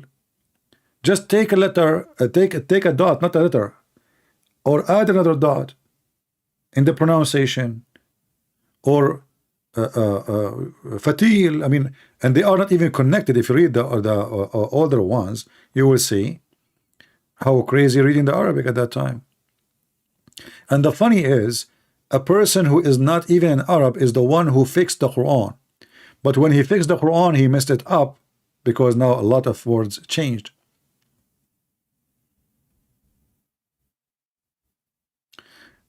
Andrew Tate, he converted to Islam. Well, good for you. Look like you like him. He's a pimp. He can get you a job. Just I think even he's in jail now, he can give you a job in his website. Just contact him, Somaya. I mean, look at the Muslims. They are proud about a pimp converting to Islam. This is who converted to Islam. The guy, he's a pimp. He find himself, he looked dirty between the Christian, and nobody can clean him. But between Muslims, he's a hero. This is exactly what Islam is. He's like Muhammad, he's a pimp. Actually, I believe the real reason Tate, he converted to Islam, he's trying to find a protection because he knew he was going to go to jail. That's why he has 7 passport. But he liked it because the Quran says it clearly that you can be a pimp. Literally. As long as the girls agree to work with you as a pimp, then you are fine in Islam. Any Christianity is going to hell. You go in the Quran, you will find this. It says, force not your girls into prostitution if they choose chastity. If they choose. And if you force them, Allah is all merciful. There's no punishment, it's not sin. It is halal. This is Quran. So if you are a Muhammadan and you are thinking how to get rich, go ahead and open a pimp house. In fact, go and read the book of Musnad Ahmad. Musnad Ahmad. See how many stories about pimp houses open. How they check their vagina when they buy them. They put women in the display and they make them naked and they buy them. For what purpose? Prostitution. This would happen here. Read the story behind this. Men, they are using women as slaves they capture from war for pimp business. Muhammad never said it's haram. In fact, Muhammad, he gave them a license saying, force them not if they choose a chastity, which means make an agreement. If they like it, you are fine. And even if you force them, Allah is all merciful, which means either way it is fine. It's in front of you. This is why only stupid or sick ones, they will convert to Islam. You cannot be smart and you convert to such a garbage religion. And look, just to show you how stupid this religion is, this verse about prostitution, the verse about it, Allah is the light of the heaven and the earth. And the Muslim, they keep saying to us, nothing like Allah. But then Allah, he compared himself to a tree. Are you with me? You ask any Muslim how Allah look like, they say nothing like Allah. Okay, can we compare Allah to anything? No, we cannot compare Allah to anything. So how Allah, he compared himself to a tree? Is that me saying that? And what the verse this have to do with the verse before it? Two verses before it, it's about it's okay to be a pimp. One verse after it, it's Allah is the light. What is the connection? And then the similarity of his light, the similarity. Okay, I mean, look at the translation here, by the way. I mean, it's really funny. I think this guy who translated, he used Google. Who is the translator? Hold on. Muslim Quran translation, by the way, it's a great business. Translate the Quran, Muslim, they buy it. Just name the Quran translation of Muhammad Dudu, Muhammad Pupu. I will not be surprised if Andrew Tate, he made a translation for the Quran, even he don't speak one Arabic word. They will buy it, trust me. It's a great business.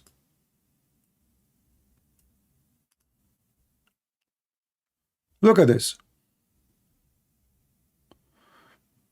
What is the connection with those? What is this? What is the connection with the one before it? The Prophet, he don't want people to come to his house.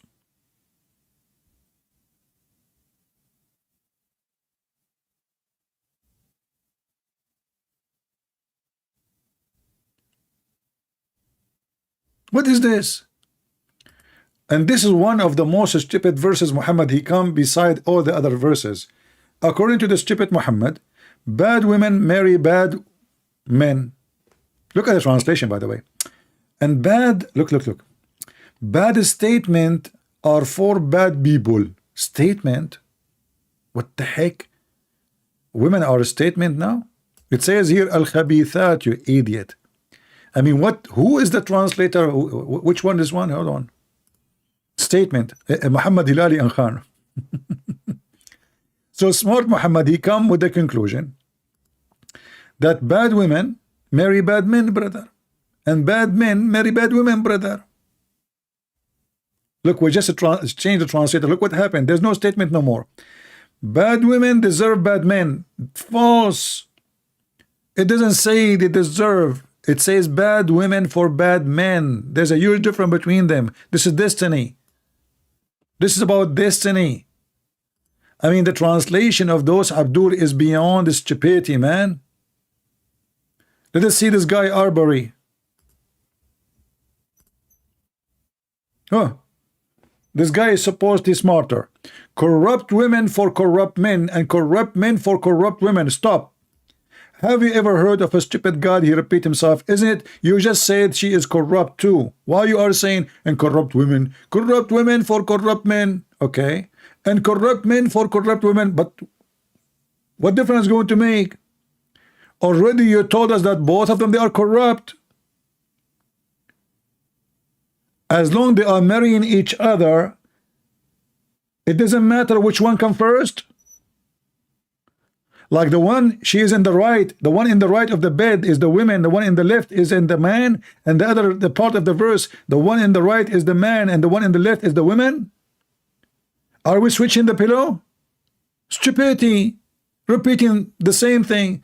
And then, and good women for good men, but if you, and good women and good men for good women, but where is the wisdom?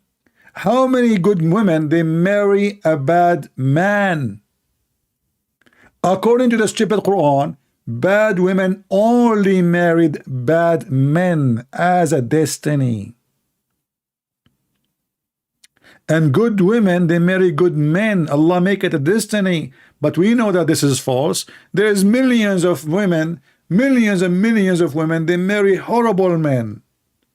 But they are good women. And the opposite.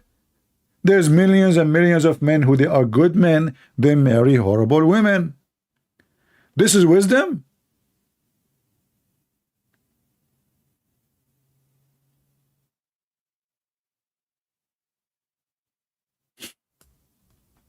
That's deep. Exactly. That's stupid deep. So, you know, if you read carefully, anything in the Quran, you will die laughing. I mean, this book, who in the world want to say such a thing?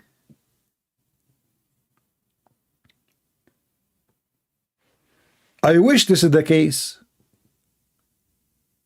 What do you guys, don't you agree? We wish that, you know, like if you are a good man, you know, now you are not worried about marrying a bad woman.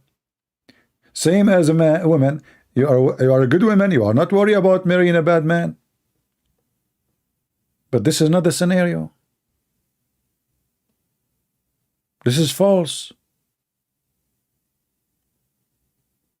And then what the verse about it before, the verse after it, what this verse here have to do with the verse here? Nothing. Hey, believers, don't enter houses other than yours houses. Like, what the heck?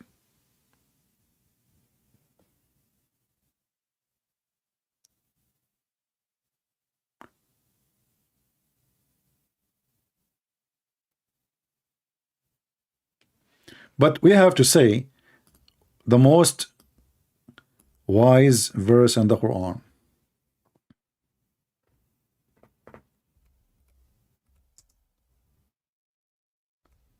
is this one.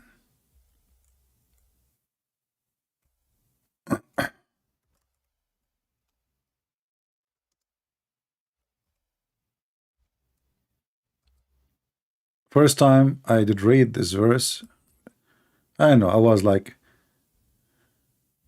maybe 200 years ago. At that time I was just 100 years old. There's no problem if you are blind, and no problem if you are lame, and there's no problem if you are sick, and neither in yourself if you eat in your houses. I was reading, I said, who is the idiot who wrote this? Give me his name. I mean, even Joe Biden will not say so.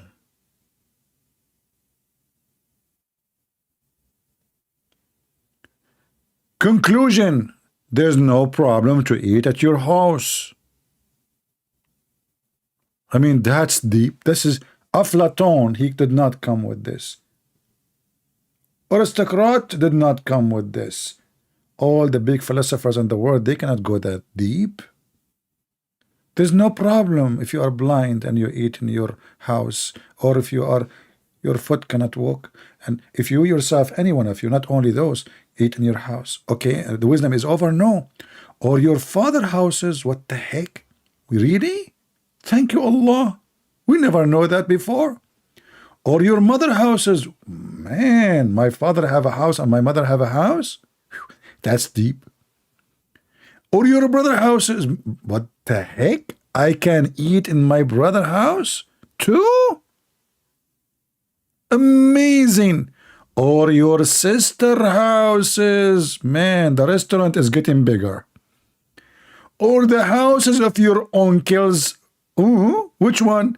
Hold on, Allah explain it all.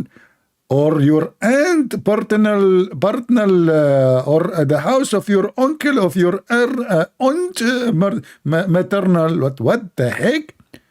Or whatever you have the key for it. Don't ever give a key for a Muslim real estate agent. He will eat your food. It's in the Quran. You give the guy the key to show your house for sale.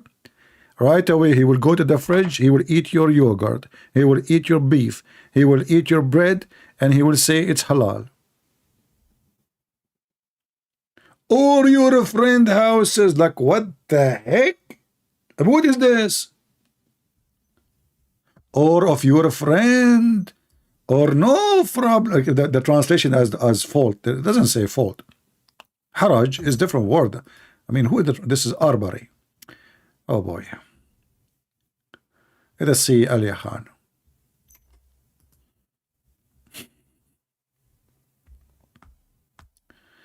Aman Rabbi Aman. No restriction. Like this guy, he fixed it. No restriction.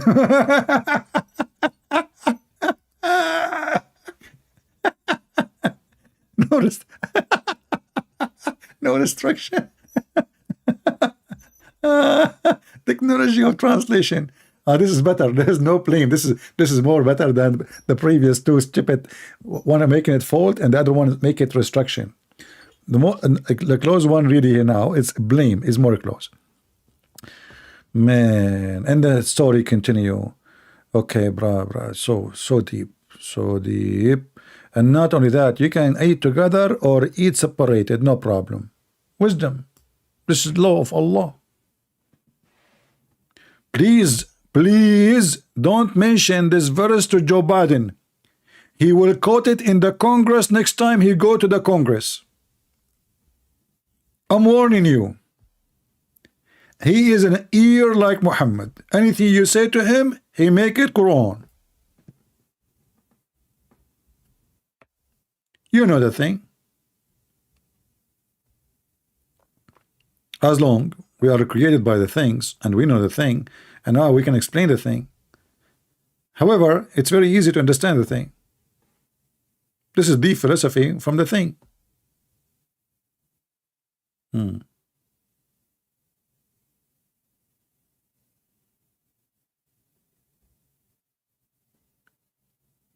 The verse after it, by the way, is even more funny. Look at this. Only those who believe, believers who believe, only those are believers who, you just call them believers. Why you are saying them who believe in Allah? I mean, do you see how shortcut, clear, strong? Believer who, you just call them believers. The non-believers, you call them non-believers, kuffar, who believe in Allah and His apostle. When they are with Him and on a momentous affair, they go not away until they have asked for His permission. Muhammad, he want to control the crowd. Nobody want to listen to him. He start talking, people start leaving. The lecturer. So Muhammad want to stop people from leaving when he start talking. The guy is making poo-poo. People start yawning. Everybody leave. Muhammad want to control them. Don't leave. Prophet, this is silly. You're saying the same thing every day. Allah gave me a verse in the Quran. It says, should not leave without my permission. Okay? He don't leave. So Muhammad, he start making a speech. There is 100. 15 minutes after, there is 50. 30 minutes after, there is 10. 40 minutes after, there is only Muhammad.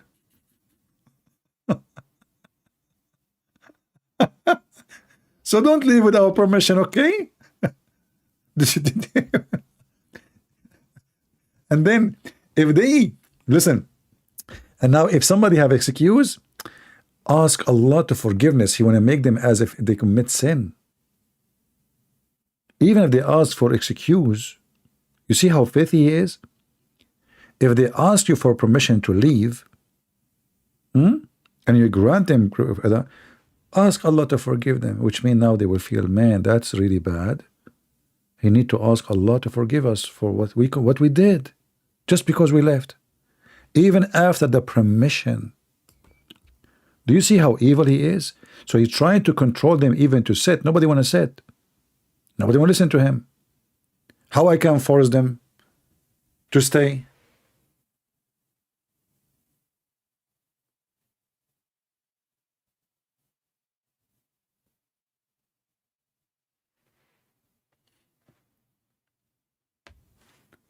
Anyway, by the way, if you enter our YouTube channel and you leave without my permission, my friend, you commit a big sin and Allah will punish you. I know a person, as an example, he was a very powerful man, and he used to carry his wife all the way to the stairs, upstairs.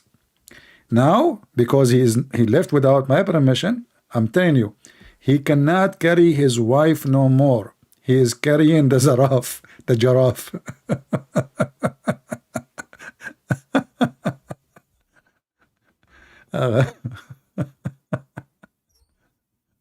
It's a sin if you leave. I don't know. I don't want to bring Zakir Naik here. He might get upset. Christian Prince, first of all, everything you said is a lie. Because Zakir Naik, I just mentioned your name. You just jump in the conversation. How you can do that, man? Christian Prince, first of all, I am listening to you all the time. Are you spying at me? You keep back, Christian Prince. I'm going to spy at you, and you are live on YouTube. Okay, you get the point here. Exactly. And now I get the point, so I'm going to butt you. So I'm listening to you on YouTube, and everything you say is a lie. Like what? What is the lie I said? It says here that you cannot leave even if Muhammad speak unless you get a permission. And even after permission, you need Allah to forgive you. Did you commit sin? Christian Prince, first of all, if you admit that of Prophet Muhammad, you are admitting yourself. What? I do not understand that. That is too fast. Can you make it slower? Christian Prince, you are very slow. And I agree. You are very, very, very slow. So I'm going to speak slower. So listen to me carefully. First of all, if you leave the speech of Prophet Muhammad, that means you are missing the golden speech. Allah Prophet, he speak with them. So if you miss it, you are losing. So Allah, may Allah forgive you. The Prophet is speaking with and dumb. Yeah, I have to agree. He is so dumb, man. He said that the sun set in a murky water. First of all, Christian Prince, the Prophet did not say that. He said, and as if it is, set in the murky water. Where in the Quran it says as if it is? Can you show it to me? First of all, Allah, he did not say it, but we can hear it. What the heck? Allah did not say it, but you can hear it? How you can do that? Christian Prince, first of all, I'm going to sue you, and I'm going to kill you. You're going to kill me? Christian Prince, I did not say I'm going to kill you. I said I'm going to tell you. Oh, okay. See, exactly. Prophet Muhammad, he said that the kuffar Shaitan, he pissed in their ears. Shaitan, he pissed in my ears. But hold on. The Prophet, he did not say about the kuffar. He said about the Muslims. Why you are lying?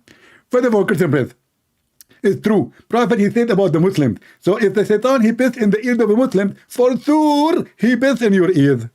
What the heck? Any one of you can write scenario like me live on air.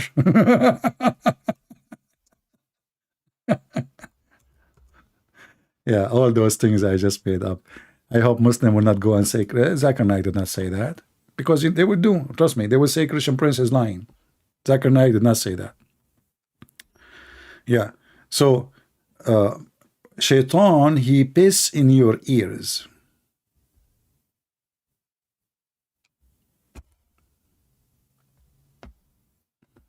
Oh boy. True wisdom of a true prophet. He received a true pissing information from Bismillah.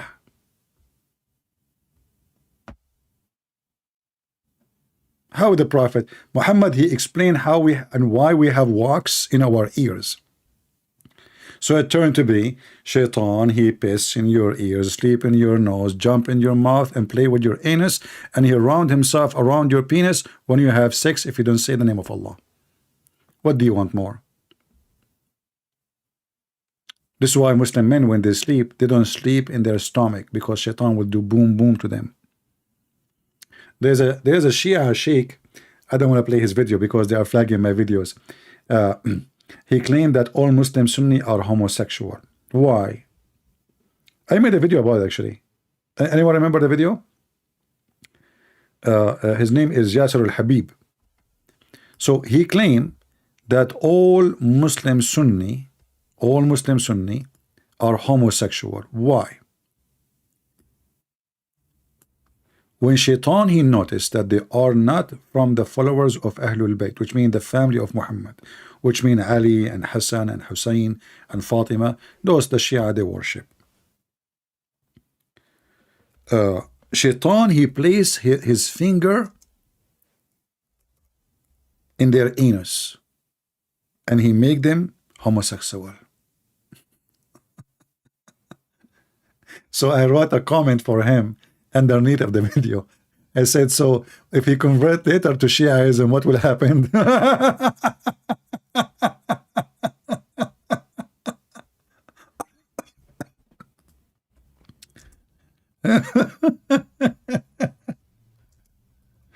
Oh, really?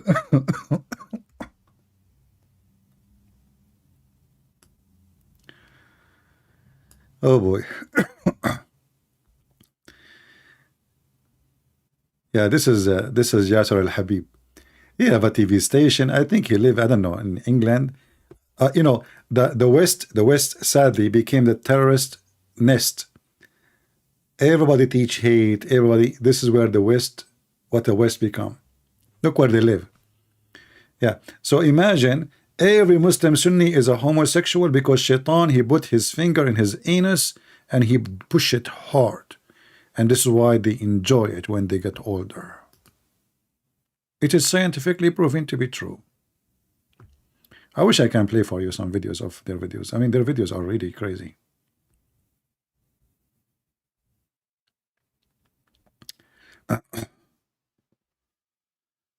All right. Anyway, I think we have enough for today. And as you see, there's no Muhammadan join us. You know, update your friends, tell them that we are now in the Arabian Prophet. For some time we call it Christian Prince, we changed the name. This is the same as Arabian Prophet channel, Christian Prince 2. We changed the name. So tell your friends for now, for some time, 2 months, 3 months, 4 months, we will see. And then we go back, we switch between channels so we can always have backup between channels. Otherwise, channel is not really important. What is important is what we say in the life. So I want to say thank you guys for being here. I hope you have a good time. Feel free to download the video, take notes,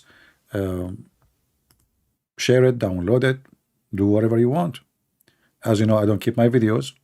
So if you are a person seeking knowledge and seeking reference, take notes at least before we delete them. Or you can, maybe the best way is to save them, make your archive. So later, anytime, and you can name every video by some point you like. Or even you can record in the screen a certain part of the video and save it, you know, like short part, in the part you like, you think it's good to have. I mean, do your work so you can always have reference for one day. A Christian Prince will not come live on air. It's going to happen sooner or later. Nobody, my friend, live forever. That's why we write books and we make videos. So when we go, we will not leave your children alone. And nobody can fool them. So our work is very important, but if nobody read and nobody see and nobody hear, then even good work is no good. So be careful, prepare yourself. The devil is strong. The devil is everywhere. We hear every day how liberals trying to penetrate our churches, trying to make them churches of the devil, promoting false ideas, false belief, like homosexuality, fornication, everything wrong. They are trying to make it right and okay. That is not Christianity, my friend. Any church will promote such a thing, leave it. This is not the church of the Lord. This is satanic church.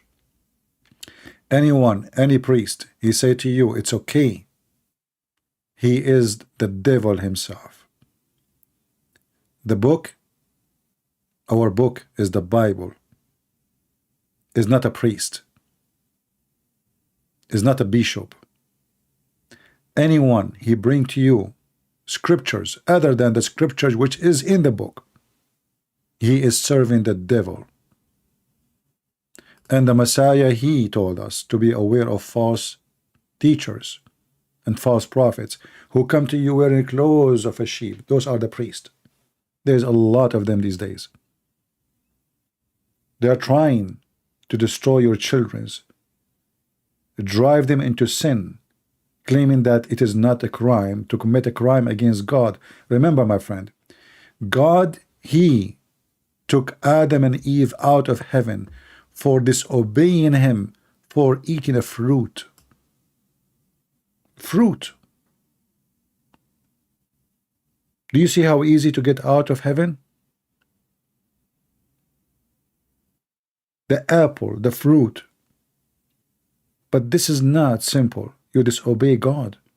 So when those false teachers, they try to ease sin on you, to make you believe that sin is normal, sin is your lifestyle, sin is the good thing to do. God love everybody. My friend, no, God don't love everybody in the day of judgment. In the day of judgment, there's billions will go to hell. So I warn you. God loved everybody when He come first time to save you. And He told you already what is wrong.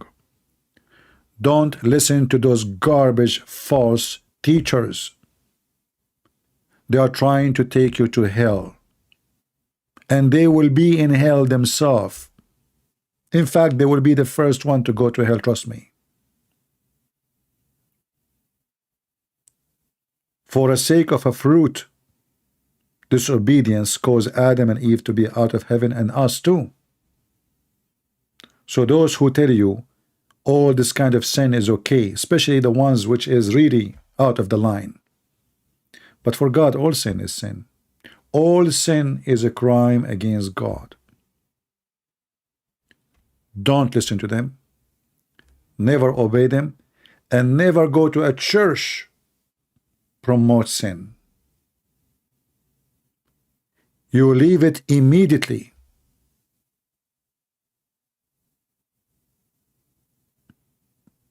Immediately.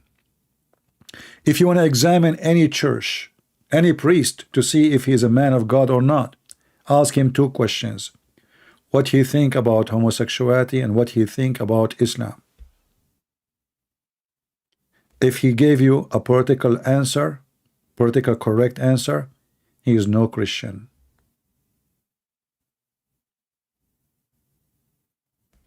Leave the house of the devil. And warn other Christians not to stay there.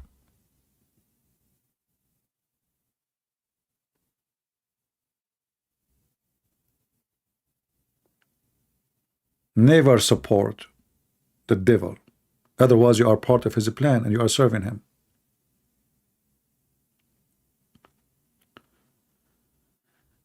A Christian man, yesterday I just posted an article that FBI are watching people who they are speaking against homosexuality. I don't know if you saw it. This is real. The FBI. So right now the FBI are angry from me. Well, I say I fought on you, and I fought on the FBI, and I fought on Joe Biden, and nobody will make us change our holy book. Our holy book is holy. Our Lord is our Lord.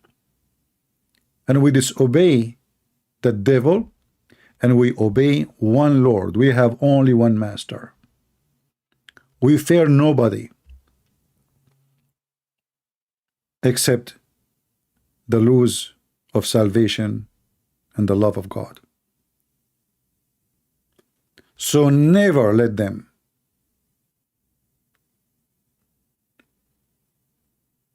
make them scare you. What they will do, the FBI, they will put me in jail. Come and put me in jail. What a stupid liberals. Your evil is went beyond imagination. And all of those who they are working against Christians, they will be punished by God himself. Just wait. God is not watching only. God is working too. The Messiah, he says, I am working and my Father working too. And we are victorious. And you will lose. You know, when you see such a thing in the news that FBI is targeting Christian churches and listening to their speeches, how silly, how stupid. They have hundreds of billions of dollars of drugs smuggling into USA.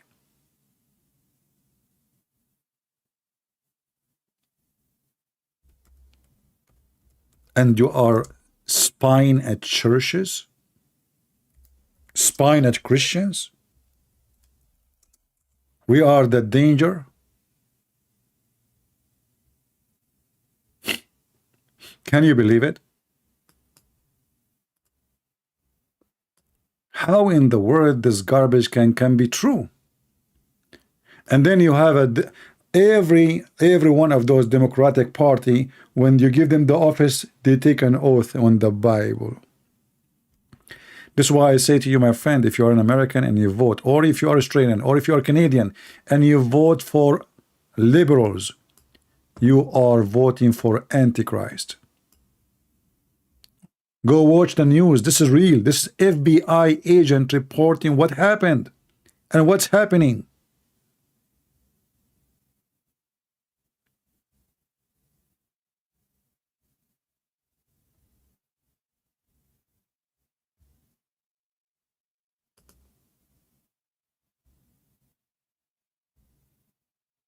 This is real.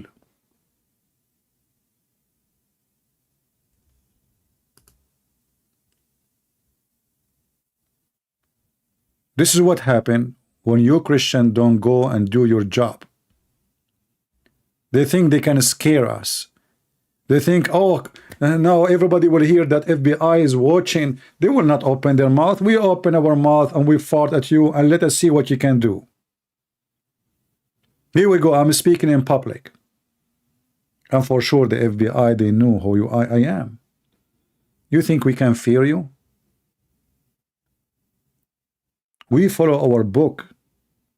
And the book says what is wrong, what is right. It's not you.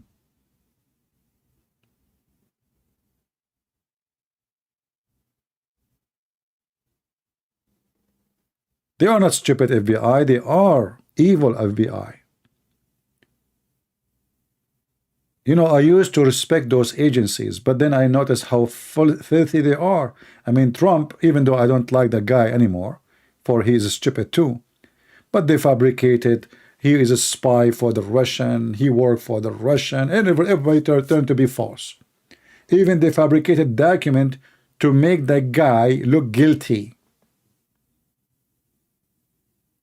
They have the computer of the son of the president for 3 years. Until now, there's nothing against him. And they are busy watching churches. Because the churches, they are saying homosexuality is sin. Fornication is sin.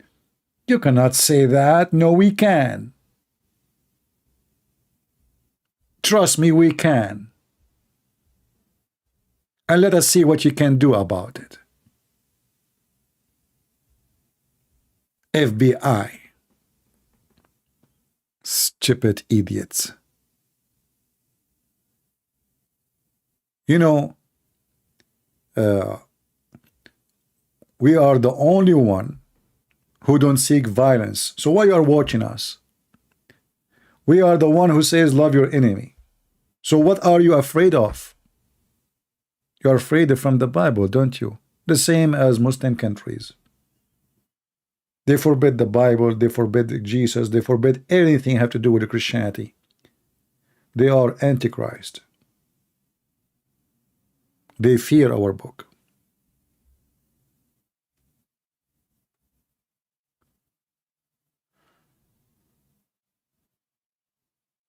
Anyway, I hope we have a good time together and we learn something good.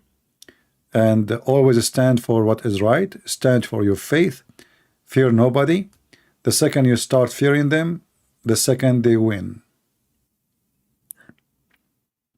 Nobody can lose any fight.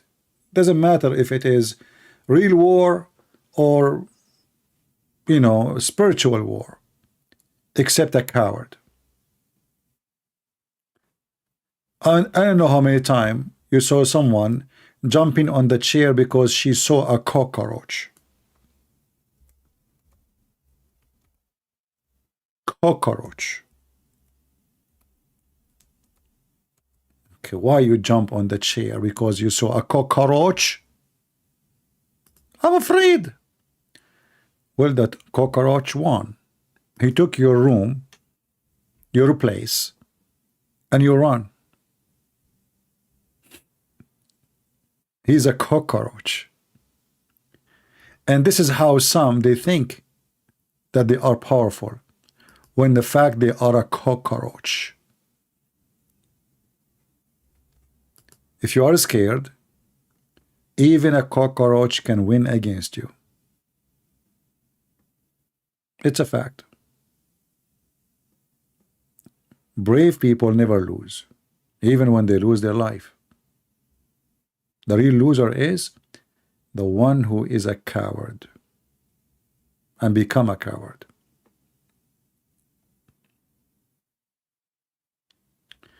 It's not all the FBI. It doesn't matter, you know, does it matter really who is in the top of the agency, my friend? For sure, not all the FBI, because there is some good FBI reporting what they are doing. We agree. But we are talking about what the FBI is doing for long now. But look like the majority of the FBI now, they are like this. I mean, how they can do that even to the president himself, fabricate document about him.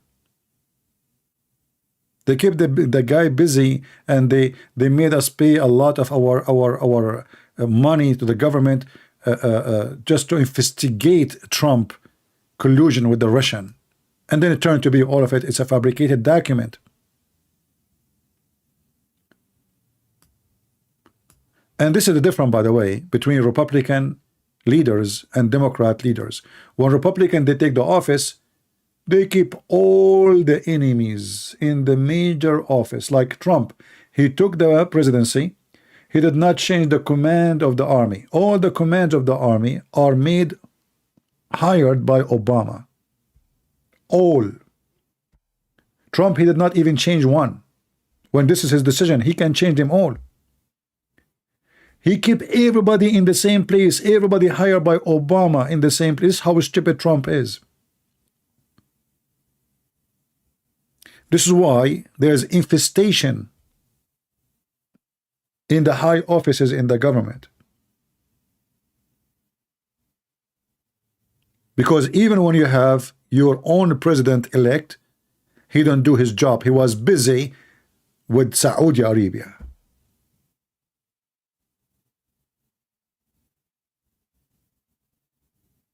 He was stupid to the bones.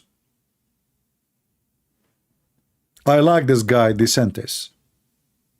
Like right now, he is screwing Disney, who they are trying to teach our kids false teaching.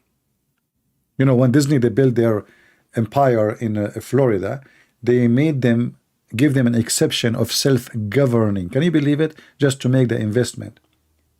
And now they strip them off that. So they have to obey the law of the state of Florida. So I hope that this guy, this man, they are saying he was going to go for election. I hope he will go, not Trump. It sounds like this guy is going after them in a very smart way. That's why I like him. Trump, he wasted his time doing nothing. He was an idiot. He was busy overseas making money. He's a money worshiper. This guy is cleaning the swamp for real.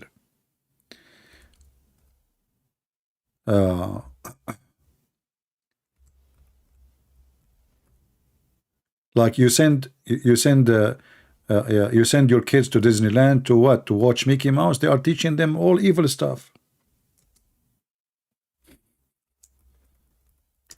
You know, I mean, even Children Place became a place of a promotion for evil stuff. They will not leave anything clean. The devil want to take over everything.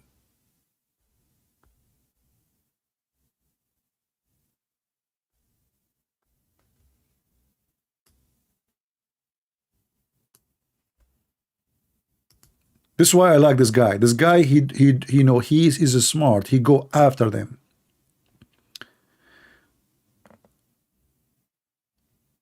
Read carefully what he's doing. And not only that, I mean, every day I see news from this guy. He is cleaning the swamp. This is why if this guy become a president, that will be the biggest disaster for the corrupt one in USA.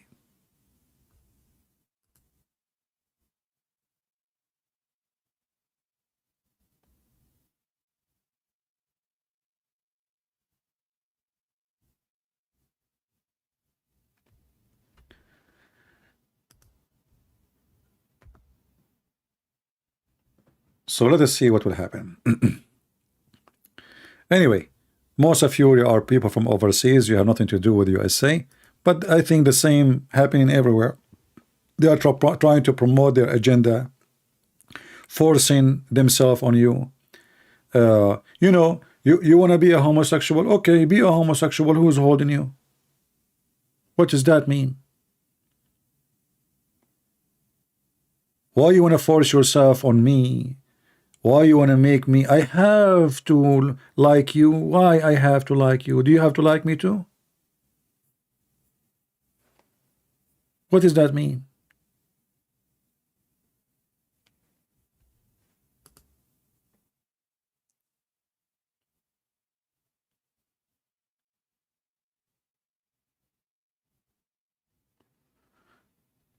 So we stand against their evil, and we will not let them force themselves. You want to live your own life? Live. This is a country give freedom for everybody. There's even beaches for nude people. Go. Walk with your penis there. But don't go to my house with your penis and tell me what do you do with your penis? This is your business.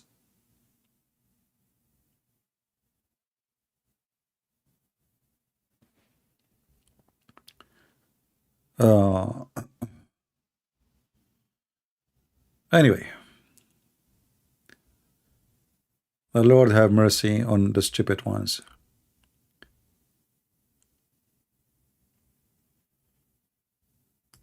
Any question before we finish for today? Feel free to download my videos before I delete them. As you know, I don't keep my videos. And subscribe if you like it. We have more than one channel, but we are going live in this one for now. And until I see you soon again, I say may the Lord bless you. Stay strong, stay faithful, and don't let people play with your mind and accept what is wrong. Wrong always will be wrong, and right always will be right.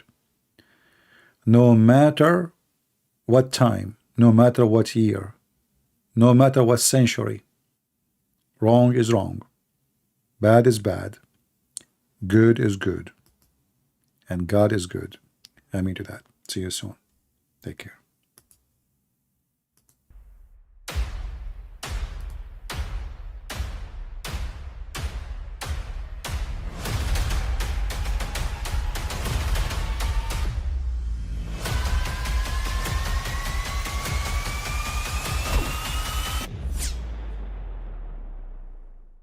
But I mean, again,